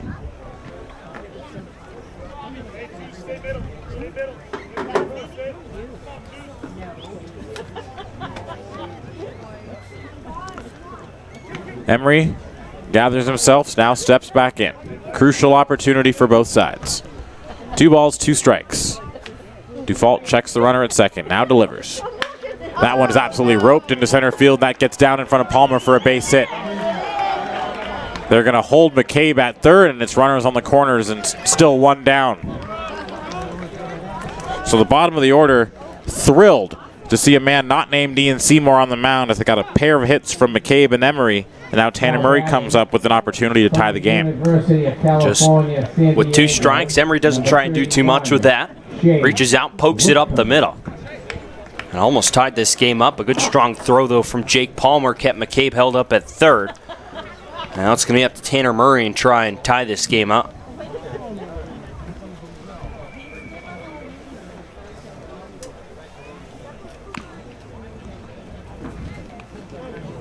Well, let's go.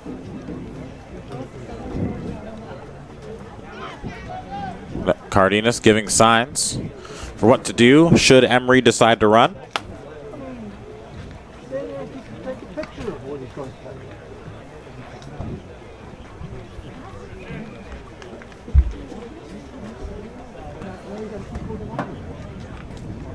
So now Tanner Murray will step in. Struck out looking at his first at-bat, and then popped up to second base. And now Cardenas will have a quick chat with Default.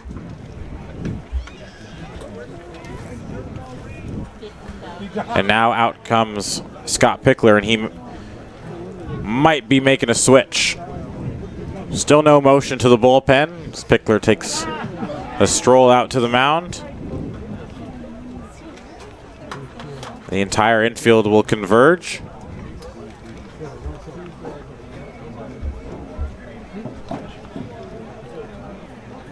Looks, as of right now, to just be a conversation, but Pickler is known for the delayed bullpen move. Yeah, it's Gordon Ingebrigtsen up and throwing in the pen. We saw him for the first time yesterday. Allowed 2 base runners to reach, was immediately pulled, but the short pitch count, he's available for today. And Pick's gonna look. Ingebrigtsen's looking in, and he's jogging in right now. Looks like that's probably gonna do it. There was still no official sign from Pickler. Local flavor from the winner of the Cape Times Best Restaurant for Takeout. 99. There's a little bit of confusion here as infielders were waving him back, but Ingebrigtsen got all the way to the mound, and he will come in. So the day is done for Brandon Default. He leaves with runners on the corners. Ingebrigtsen inherits a jam and a tight lead. We'll be right back after his warm-up tosses. You're listening to Red Sox Baseball on the Cape Cod Baseball League Network.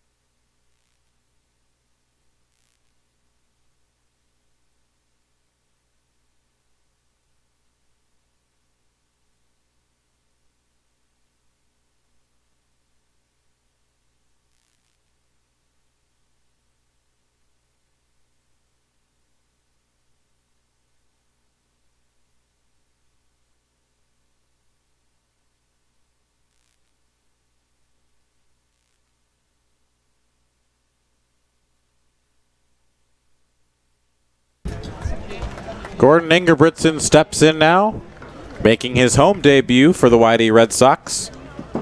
Didn't record an out in his official debut yesterday. Faced 2 batters, gave up 2 base hits. Looking to fare better in front of the home faithful. Z inherits a 2-on-1-out jam here in the top of the 7th, but the Red Sox just holding on to a 1-0 lead here. Tying run waits on third. That's Eddie McCabe, Rob Emery on the back end at first. First pitch from the Submariner is a breaking ball in there for a called strike, 0-1. Here you go, Gordon.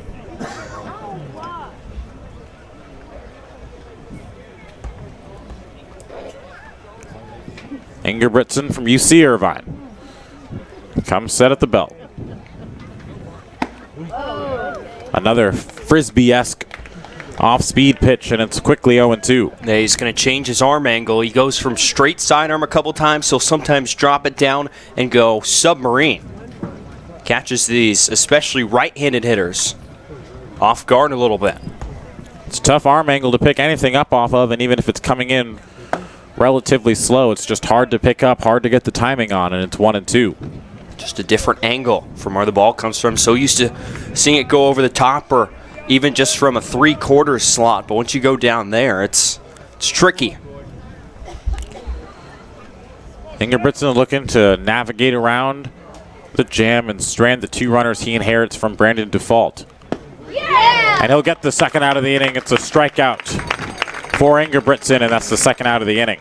And it was really strange to see Ingebrigtsen struggle a little bit out of the gate. Yes, first outing of the summer. Might have been a little nervous yesterday when he allowed a walk and a base hit. But he was really good last summer. He's 1-1 with an ERA at 1.35 in 6 2/3 innings. From Kansas State University, number 16, Zach Kokoska.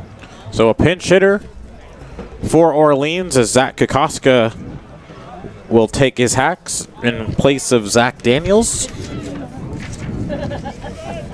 Well, I'm sorry. I know I'm getting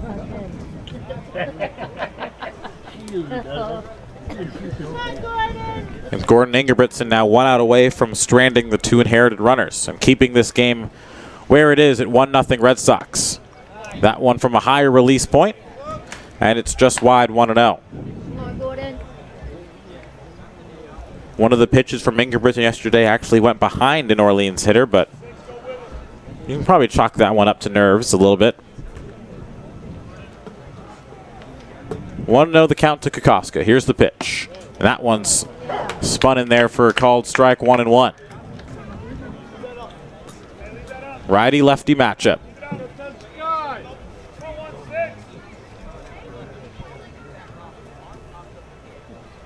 Still first and third. McCabe the tying run on first. Emery the go-ahead, on third. Emery the go-ahead run on first. Another one in there for a called strike, 1-2. Now, when you say backdoor breaking ball, that is exactly what you look at. Starts out in the right-handed batter's box, but with so much sideways tilt on that, with the breaking ball coming from the sideways angle, either the submarine or direct sidearm. So much sideways movement that it breaks over the outside edge.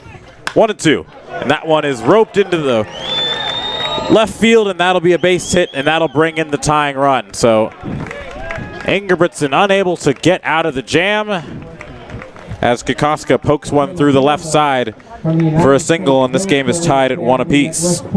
He just tries going back to the well one more time with that breaking ball, but Kokoska was looking for it. He even leaned out a little bit over the plate to line that one into left field. It breaks the Orleans scoreless streak here against YD at 17 2/3 innings.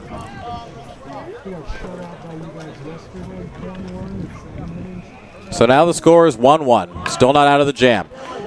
It's a bunt. Ingebrigtsen fields his position, throws over to Wold, and that'll end the inning. Bit of a questionable call there, going for the bunt for a base hit with 2 down, but alas, that's what Orleans chooses to do. The score is even at 1. We head to the bottom of the 7th inning. It's stretch time here at Red Wilson Field. You're listening to Red Sox Baseball on the Cape Cod Baseball League Network.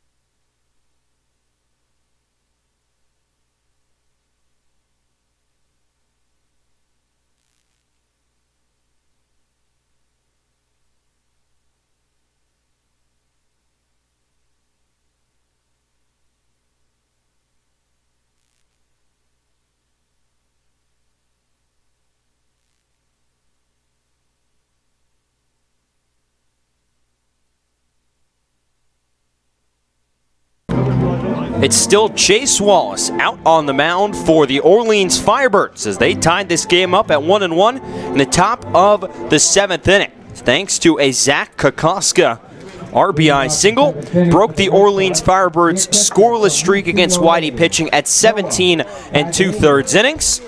And it's going to send Noah Cardenas to the plate here in the bottom of the 7th inning. TJ Mathewson and Andre Sims here with you from South Yarmouth. Noah Cardenas, RJ Yeager, and Wyatt Young set to come to the plate 8-9-1 in the Red Sox order. This game all now tied up. First pitch from Chase Wallace is over for a strike. It's 0-1.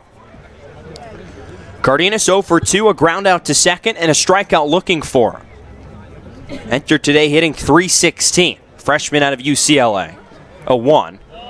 Fastball catches the inside corner, and Wallace is ahead 0-2. Wallace is sophomore.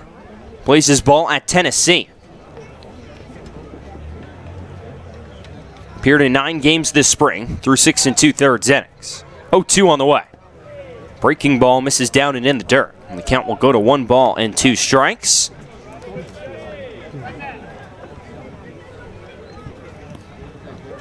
Last outing he had before he came to the Cape was on May 7th. Stands at 6'2", 200 pounds. Cardenas is ready and awaits the 1-2. Curveball drops in and misses just inside. So it broke from the front shoulder of Cardenas to the inside, just inside the inside corner. So misses for ball 2, 2 balls and 2 strikes. Cardenas will bat from the right side. Firebirds defense giving him the middle of the infield if he chooses it. The 1-2, or the 2-2 pardon, misses outside. And the count's gone full 3-2. After Cardenas, RJ Yeager waits on deck. He's 0 for 2 as well. The Saugus, California native will step in. Wallace peers in and gets his sign from Rob Emery behind the plate. And awaits the 3-2. Inside, gets a piece of Cardenas. So after falling behind 0-2, Noah Cardenas finds his way on base via the hit by pitch. And that will bring up the 9 spot in the Whitey lineup in the form of RJ Yeager. Actually, Yeager heads back to the dugout, and it looks like it's going to be Andrew Eister who will pinch in the spot of Yeager. Now batting for the Red Sox, number 35. So Eister slides into the 9 spot here in the bottom of the 7th inning. He's been scuffling a lot. Actually, pardon, it's going to be Tate Samuelson. So Samuelson will dig in.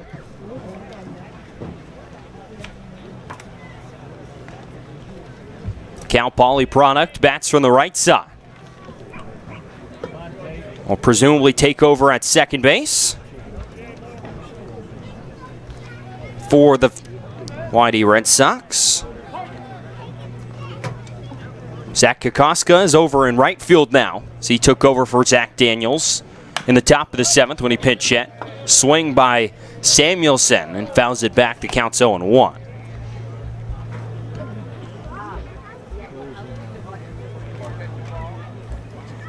Take a look around the Cape League scoreboard while we're at it here in the bottom of the 7th inning. As Samuelson digs back in. Harwich is up 2-1 over Falmouth at Gov Fuller Field in Falmouth. That in the bottom of the 5th inning. Wallace sets the 0-1 to Samuelson. Swing and a miss, and the count goes to 0-2. Bourne up 1-0 over Cotuit in the top of the 5th inning at Dorn Park in Bourne. At Spillane Field in Wareham, the Gatemen up 5-3 over the Hyannis Harbor Hawks, who look to win their 3rd straight game for the first time this season.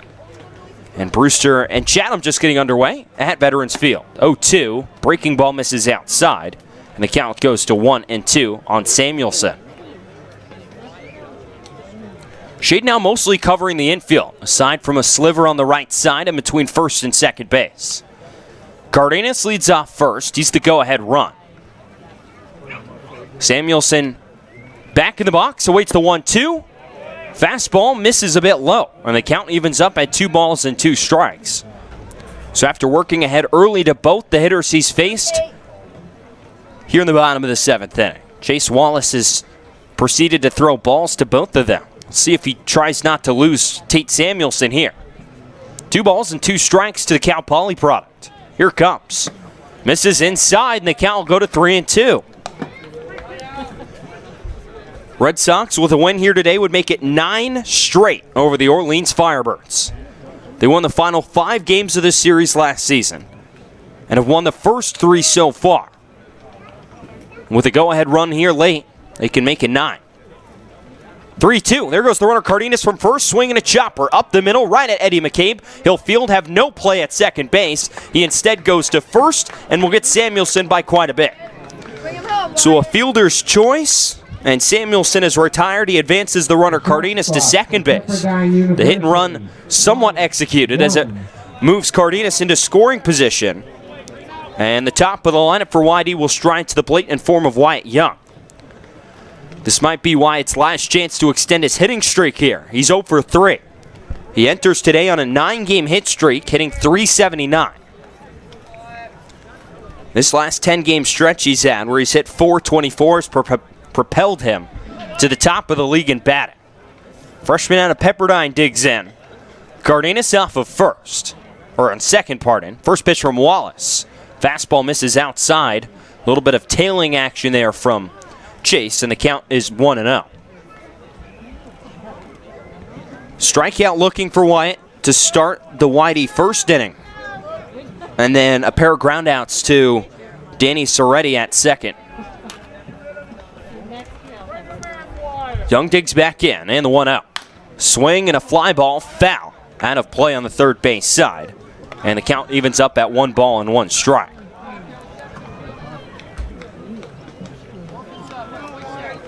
Wyatt now an everyday player at the top of the Red Sox lineup, from temp player all the way to now an everyday player for Scott Pickler. Always love to see these temp player stories. Come in, something to prove, and they play exceptionally well. 1-1 on the way to Wyatt Young. Fastball misses up and inside, and the count will go to 2-1. Last year's Cape League MVP Matthew Barefoot was a temporary player as well, but ended up having an excellent season for the Hyannis Harbor Hawks. Season where he hit .379. Barefoot out of Campbell, got drafted to the Astros this year in the MLB draft.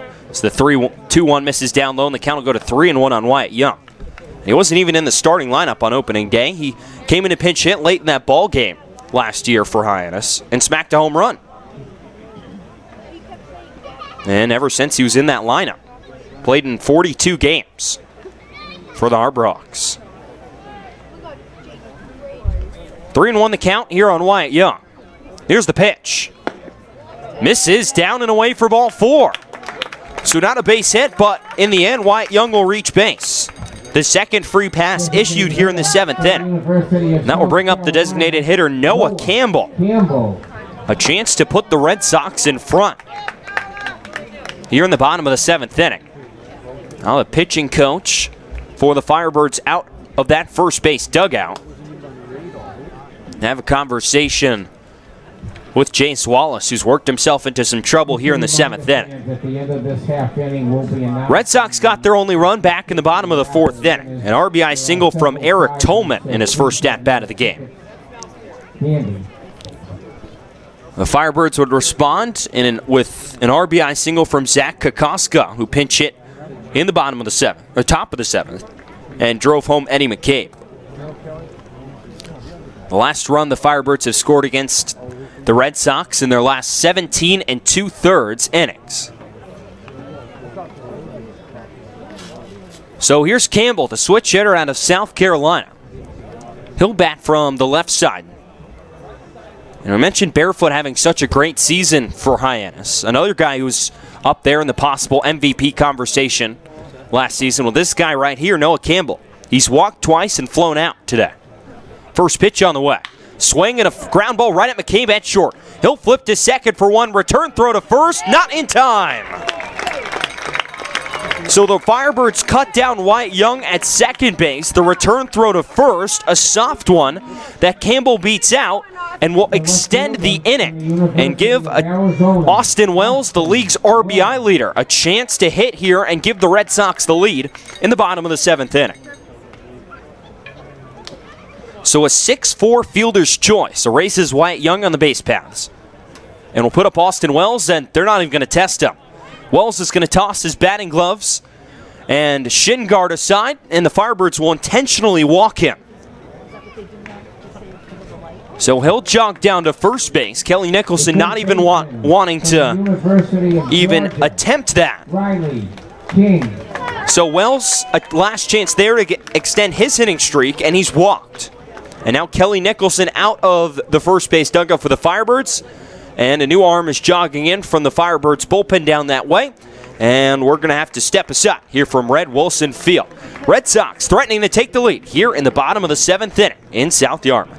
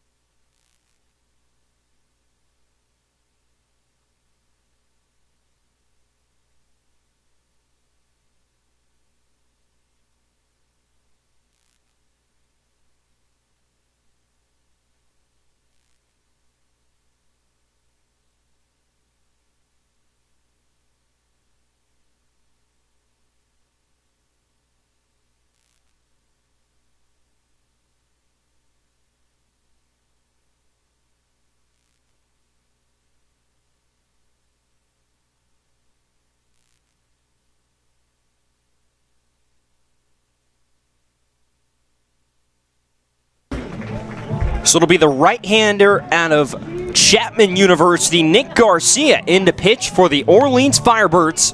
So the Red Sox threaten to take the lead here in the bottom of the 7th inning here in South Yarmouth.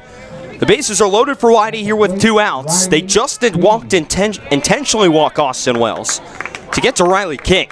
So we'll see if the Georgia Bulldog can make him pay. Garcia this spring at Chapman, a 9-0 record in 56 innings, had a .64 ERA, struck out 82, and walked 14 in those 56 innings, and had 12 saves. He kicks, first pitch to King, swinging a ground ball towards third base. Fielded by Shea Whitcomb, he'll go the long way to first, and it's in time to get King.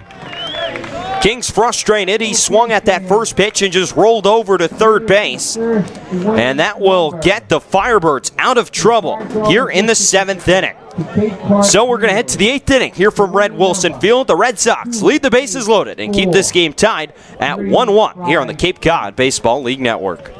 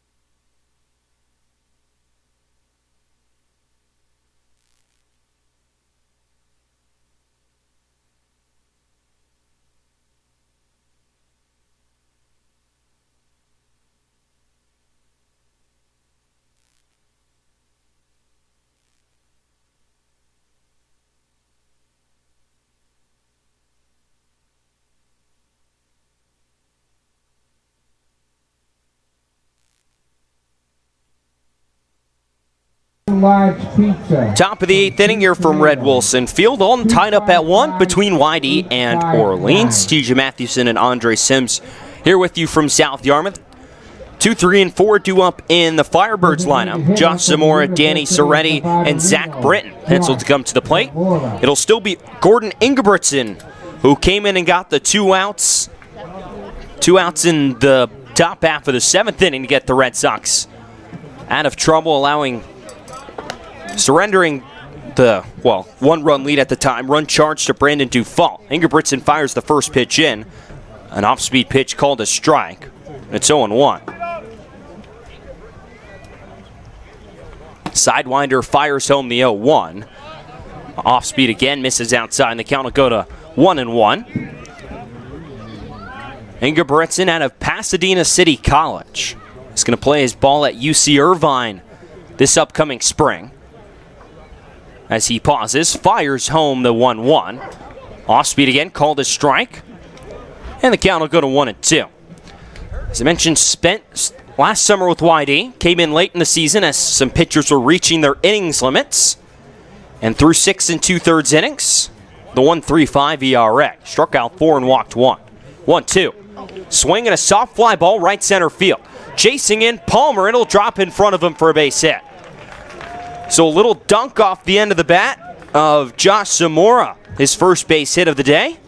Has the leadoff runner on for the Firebirds here to start the 8th inning. Gavin Dugas now in playing second base. After Tate Samuelson hit for R.J. Yeager back in the bottom of the 7th.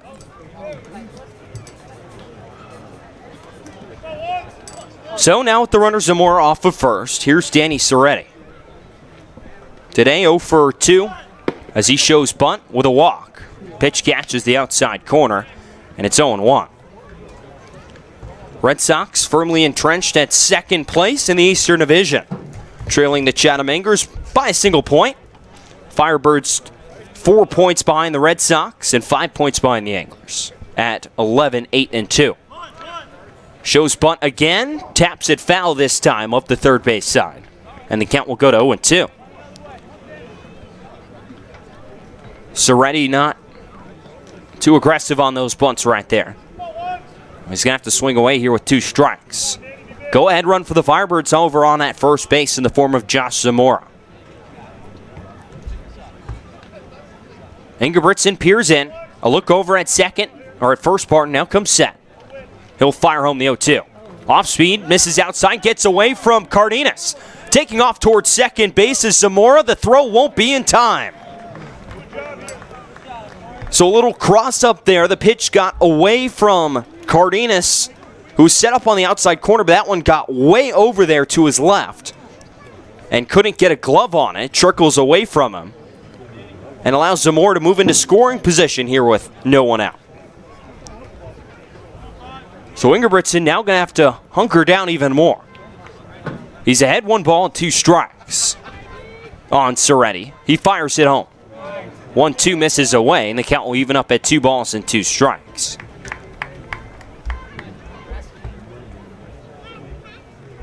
Ingebrigtsen, a native of Sun Valley, California.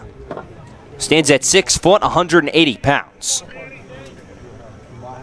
Second-year Red Sox will get his sign and come set right at the chest. And he'll fire home the 2-2. Swing and a miss, strike 3. Goes submarine and upstairs with the fastball and fans Soretti for out number 1. Cheeseburgers are now half price at the concession stand. So 1 down for the Firebirds. A huge first out for Gordon Ingebrigtsen. We'll bring up the left fielder Zach Britton. Britton today 1 for 3. He singled back in the 4th inning. He struck out and ground out as well. Ingebrigtsen, the South Coast Conference Pitcher of the Year at Pasadena City College, where he had a spectacular 2 seasons at JUCO. First pitch is going to miss outside. The count's 1-0 on Britton. He finished his Pasadena City College career 29 games. He started 27 of them. He was 13-8, a 2.85 ERA, and struck out 144 batters in 180 innings. He's Pasadena City College's all-time leader in wins with 13. And he's the first Pasadena City College player to ever win the Conference Pitcher of the Year. The 1-0 misses inside, and the count will go to 2-0. And is going to play at UC Irvine for his junior season, along with Jake Palmer and Trent Denholm. Just a couple of socks. Was originally committed to Coastal Carolina, but after redshirting a year there, it's the 2-0, swing and a miss, and the count will go to 2-1. But redshirted his first season there, decided to go to the JUCO route.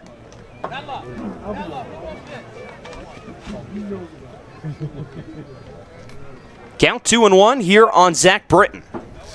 Firebirds trying to take the lead here in the top of the 8th inning. Ingebrigtsen sets, and the 2-1. Swing and a chopper, foul on a breaking ball, and the count will go to 2-2. That breaking ball just has some frisbee movement to it. That breaking ball, I was talking to our scout liaison, Alex Chapman.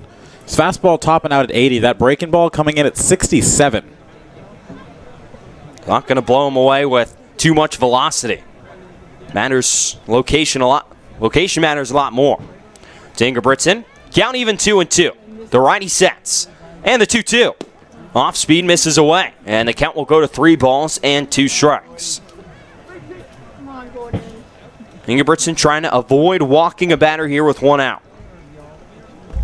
He allowed a leadoff single to Josh Zamora here in the 8th before striking out Danny Soretti. Britton will dig back in from the left side. Ingebrigtsen gets his sign, comes set. Peeks back at second a couple of times. Pauses, and the 3-2. Swing and a chopper, foul off the Orleans dugout. That fence in front of that first base dugout, and the count will stay full at 3-2.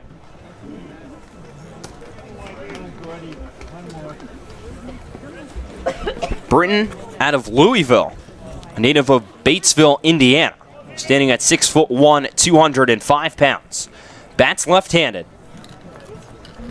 Ingebrigtsen peers in. Gets the sign he wants from Cardenas and comes set. 3-2 on the way. Swing and a line drive down the right field side. It gets down and tucks its way towards the corner. The runner at second and Zamora rounds third. He'll come home to score. Scooting into second base is Zach Britton. A go-ahead RBI double here in the top of the 8th inning has put the Firebirds up 2-1. And the Firebirds lineup is starting to sort of figure out the pace and the timing of Ingebrigtsen's delivery, and the result is some better swings. We saw a couple awkward swings in the first couple ABs of the batters that faced Ingebrigtsen in this one, but they're now learning, they're keeping their weight back, and then they're firing through the zone late, and they're starting to make some solid contact as they take the lead here late. So Ingebrigtsen gets 2 strikes on Britton, but can't put him away. That'll bring up Traven Esqueda, the first baseman. He's got a pair of hits in his Firebirds debut. Out of Loyola Marymount, the switch hitter now batting left-handed. First pitch from Ingebrigtsen misses outside. And the count's 1-0. There's an arm up and stirring in the Red Sox dugout, or at least there's someone standing on the mound. Doesn't look like he's throwing though. 1-0 the count here on Esqueda now. Turns around, he shows bunt. No, now he'll bring it back. Bat rests on his left shoulder. Ingebrigtsen sets in the 1-0. Swing and a ground ball towards Jack Thomas Wold at first. He fields on a dive. He'll take it to the bag himself and make the play. Highlight reel play from Jack Thomas Wold at first base. Diving to his left, stabs that right off the right field foul line. Gets up and will stop on the pillow for out number 2 here in the 8th inning.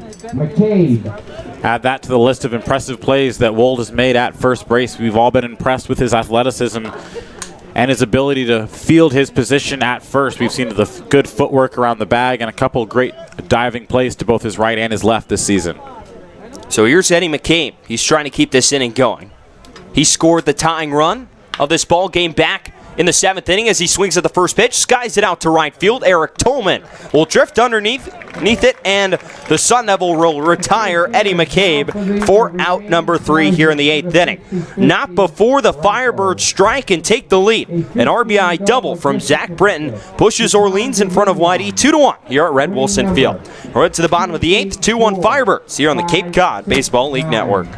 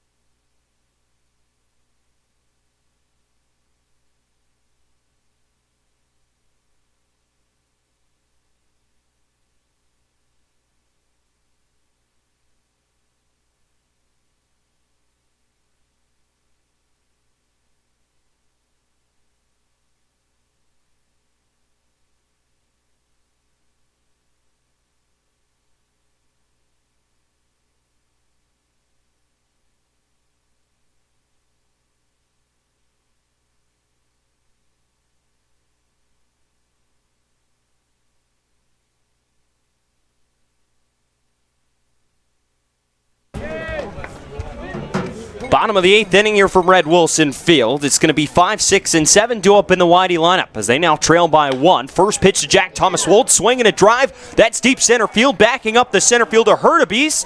He leaps and he'll make the catch. So Jack Thomas Wold jumping over the first pitch of Jake Garcia. But Jacob Hurtubise back on his horse with good speed in center, able to track that one down and rob Wold of extra bases potentially. We saw Wold just miss out on a home run back in the 4th inning as he hit one 3/4 of the way up the wall in right center. But that time is retired. Here to start the 8th inning. That'll bring up Eric Tolman. First pitch inside, just misses hitting Tolman by about an inch. And it'll be ball 1. Tolman came in place of Riley Terada in the 4th inning. Drove in the Red Sox only run of the game with a dribbler up the middle. The two-way Sun Devil bats left-handed.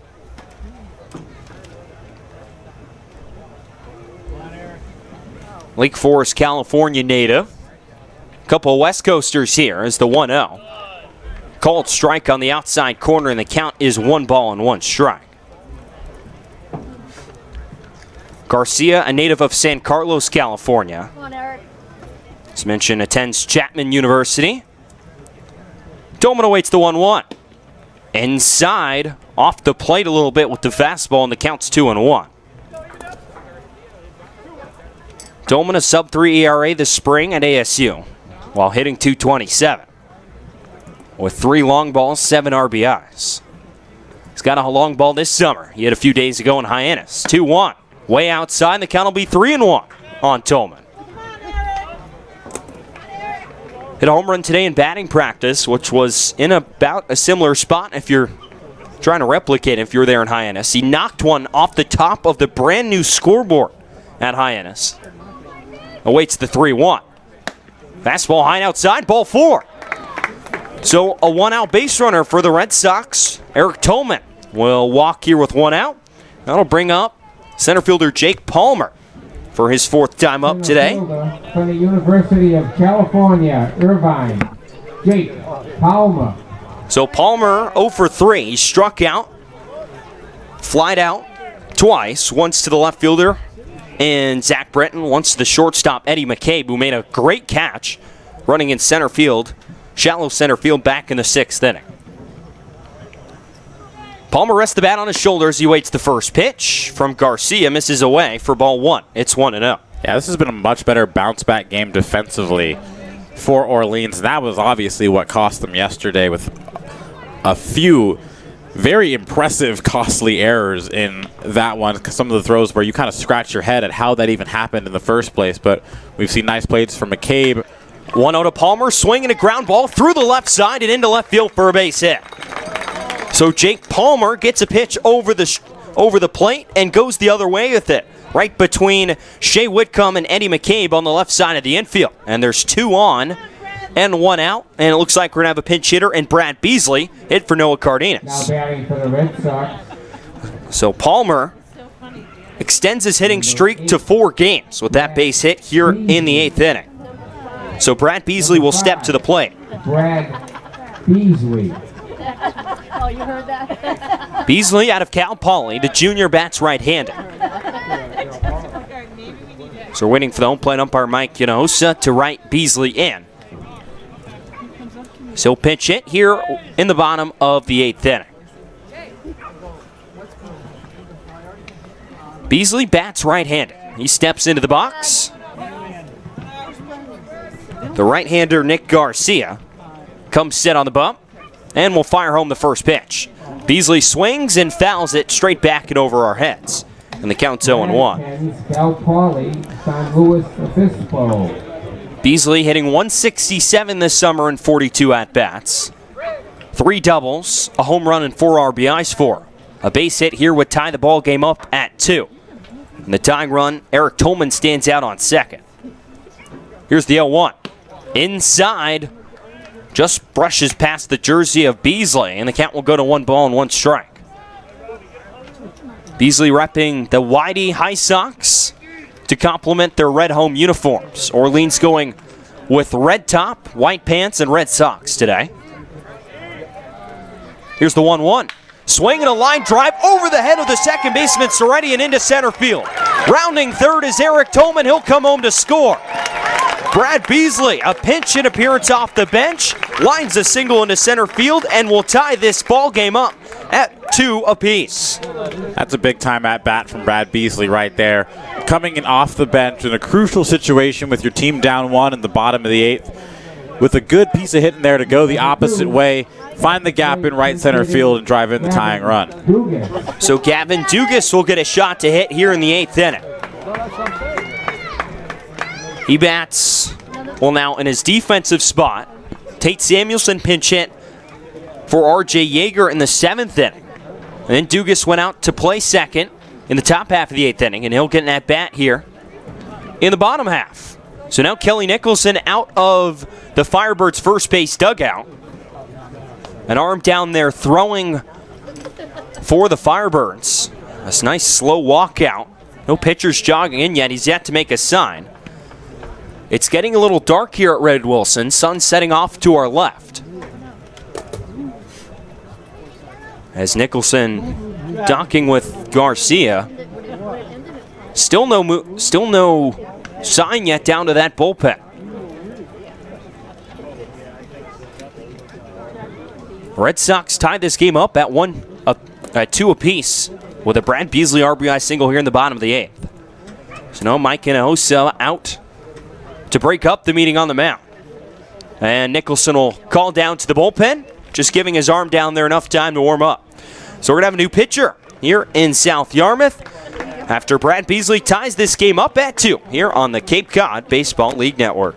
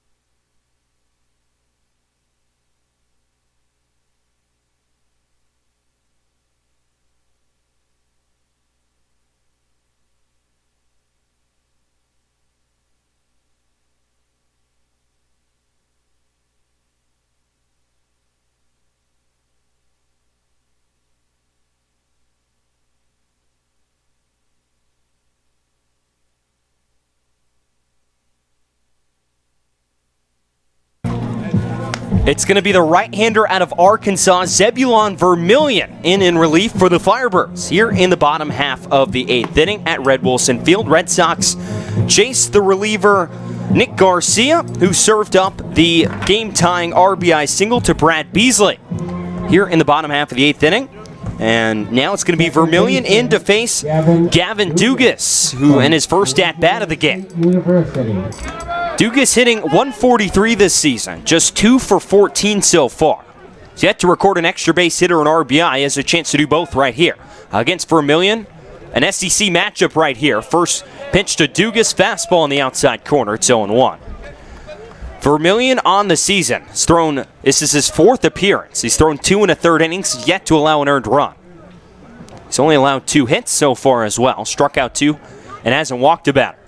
Standing at 6'5", 220. 0-1. Breaking ball misses a bit outside, and the count evens at 1 ball and 1 strike.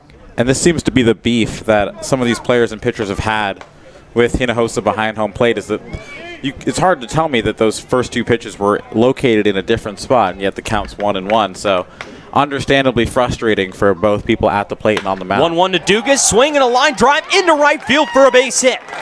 Palmer will get held up at third base as that ball just one-hopped to Zach Kokoska out in right field. But Gavin Dugas, a base hit that will load the bases. For Wyatt Young, he's going to get a chance to extend that hitting streak to 10 games here with the bases loaded and just 1 out. Yeah, the narrative just kind of writes itself for Wyatt Young here. Cape League's leading hitter came through in a hyperly clutch situation yesterday for these Red Sox. Now finds himself at bat in the 8th inning once again with an opportunity to give the team the lead. And the thing for Wyatt Young, if he can smack a go-ahead hit here, and the Red Sox then finish this 8th inning, sunset's about 25 minutes from now. Now you can make a case the game would get called after 8.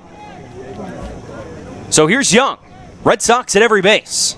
First pitch on the way. Fastball dots the outside corner. It's 0-1. So now Palmer over at third base, Brad Beasley at second, and Gavin Dugas at first.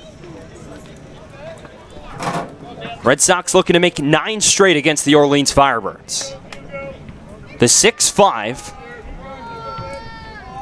Vermillion comes set, facing the 5-7 Wyatt Young. 0-1, swing, and it's fouled out of play behind home plate. And the count goes to 0-2.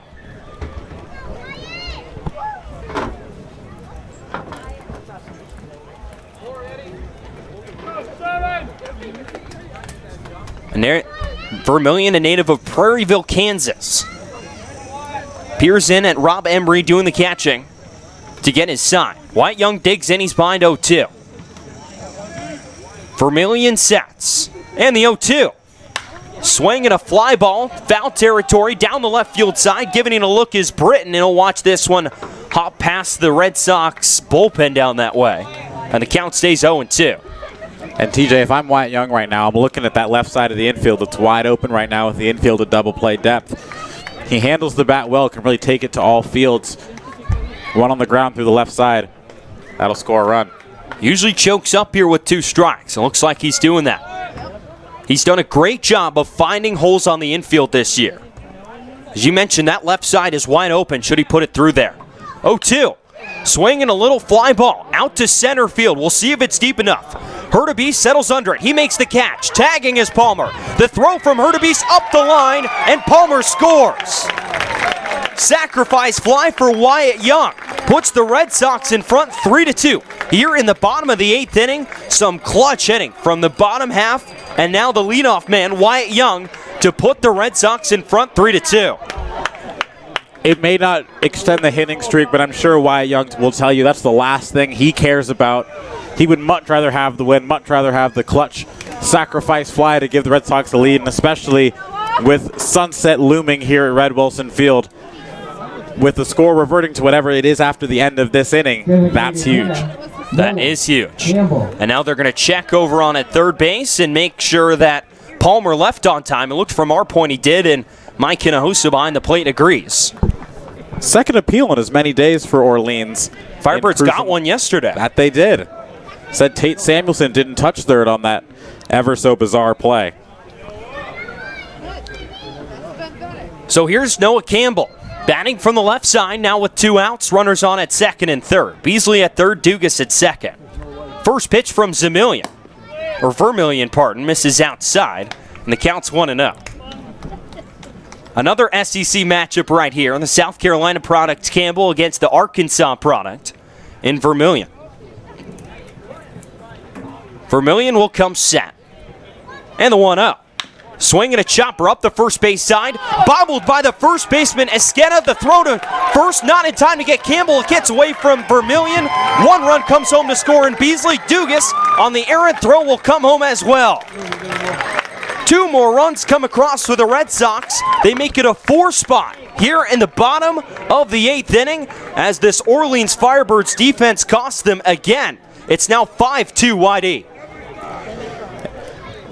You got to be frustrated if you're Kelly Nicholson and company, just understanding that you put yourself in a position to win 2 days in a row. Your pitchers pitched so well And then ultimately, in the same inning, in 2 games in a row, the defense comes through with costly errors. So you make the misplay originally at first. That's okay. Yes, the 1-run scores, but you can limit it to that. I don't understand why you then try to make the throw, force the throw on a play that's probably a lost cause anyway. The ball gets away, and suddenly now, instead of being down 2, now you're down 3, and it's a 4 spot for YD. And an inning that very well may be the final inning of the game. So now here's Austin Wells. So now the runner over at first base is Noah Campbell. It's going to be 2 errors, I believe, on Trevin Esquerra at first. One fielding the ball and one throwing the ball. First pitch to Wells. Fastball, call a strike on the outside corner. It's 0-1. But how about this response from YD? After serving up the lead, or the tie, pardon, in the top half of the 8th inning, the offense just storms back and scores 4. It makes the Orleans Firebirds pay. 0-1.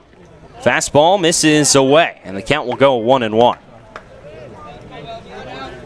And the Red Sox are just forcing the Firebirds to play perfect defense, and they couldn't do it. And just like that, they snatched the lead away. Here's the 1-1. Swing and a ground ball past the second baseman, Soretti, into right field. Campbell will park the brakes at second, and Austin Wells has a base hit to extend his hitting streak to 6 games.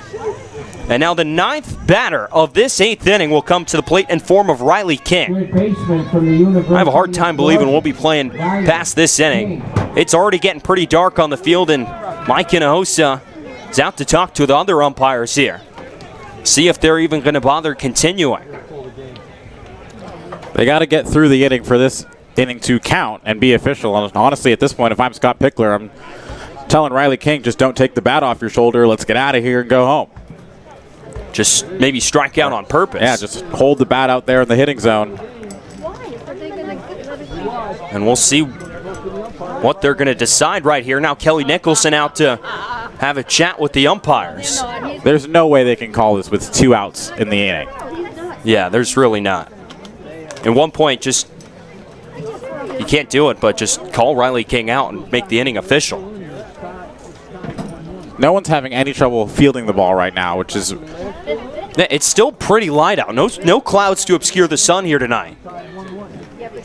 And sure, there's shade all over the field, but it's not like you're going to lose a ball up in the sky. Pick saying... Well, the umpire's still talking. It looks like we're going to continue. As Pick is walking back towards third base.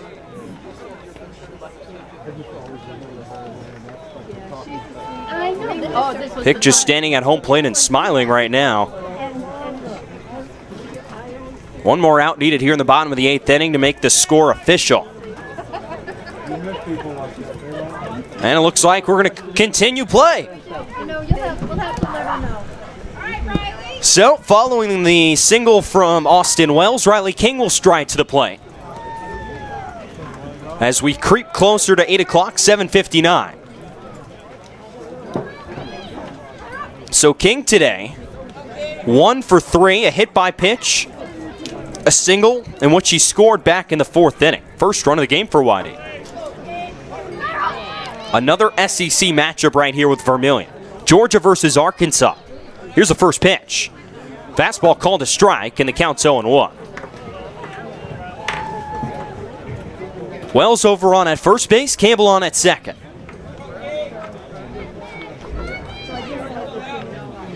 The tall righty Vermillion sets again, 0-1.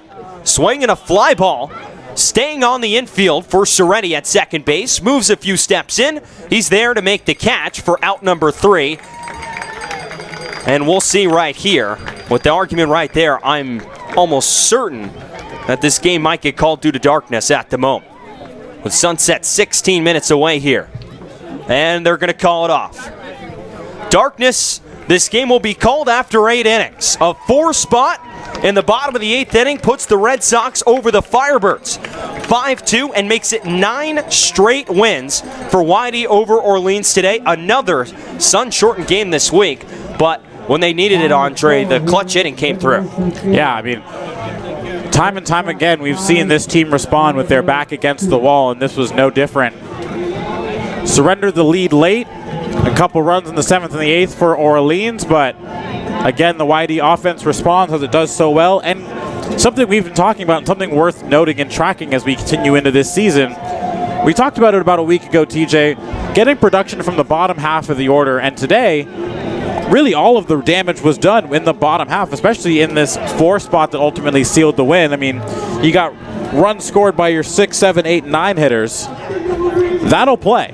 If you're really trying to make a deep run, you're going to need production from up and down the lineup. They got that today, and they ultimately sealed the win. So it's going to end up being Gordon Ingebrigtsen who will get the win here today. Last pitcher of record for Whitey as they took the lead in the bottom half of the 8th inning. It'll be Nick Garcia shouldering the loss. He went 2/3 of an inning, 2 hits, 3 runs, 2 of them earned, a walk, and no strikeouts for him. And again, it was the Firebirds defense at the end that really pushed this game out of reach for Orleans. You had that grounder up the first base side that Trevin Esquerra just couldn't handle. It bounces off his glove and then proceeds to make a throwing error on the preceding throw, allows more Whitey runs to score. Yeah, I mean, it's frustrating when your defense ultimately costs you like that in such crucial opportunities. I mean, to have a total of 4 errors in the last 2 8th innings is never something you want to see. I don't care if the score is 10-1 or 1-0. To have that many miscues late in the game like that is something that these Firebirds are going to have to correct, because they're in a slide right now, and they're slowly but surely. We thought Orleans, YD, and Chatham were going to be the 3 best teams, not only in the East but in the league, but Orleans in a bit of a downturn right now. It's 9 straight wins for YD over Orleans, dating back to last season. With the win, the Red Sox will improve to 14-7-1 on the season. 28. That'll be their 29th and 30th points on the season. They trail the Chatham Anglers by 1 point in the standings entering play today. The Anglers have yet to score in a 0-0 tie with the Brewster Whitecaps. That in the bottom of the 4th inning. The Red Sox will get to face the Harwich Mariners tomorrow right here at home. First pitch set for 5 o'clock. The Mariners tied up at 2 with the Falmouth Commodores down in Falmouth. Wareham up 7-4 at Spillane Field in Wareham over the Hyannis Harbor Hawks, and the Katuah Kettleers up 6-1 over the Bourne Braves at Dorn Park in Bourne. The Firebirds, with the loss, fall to 11-9-2, their 4th straight loss of the season, which will push them even farther down in the standings here in the Eastern Division on Cape Cod. So, one last time for Andre Sims, I'm TJ Mathewson. We'll see you right back here at Red Wilson Field tomorrow when the Righty Red Sox host the Harwich Mariners.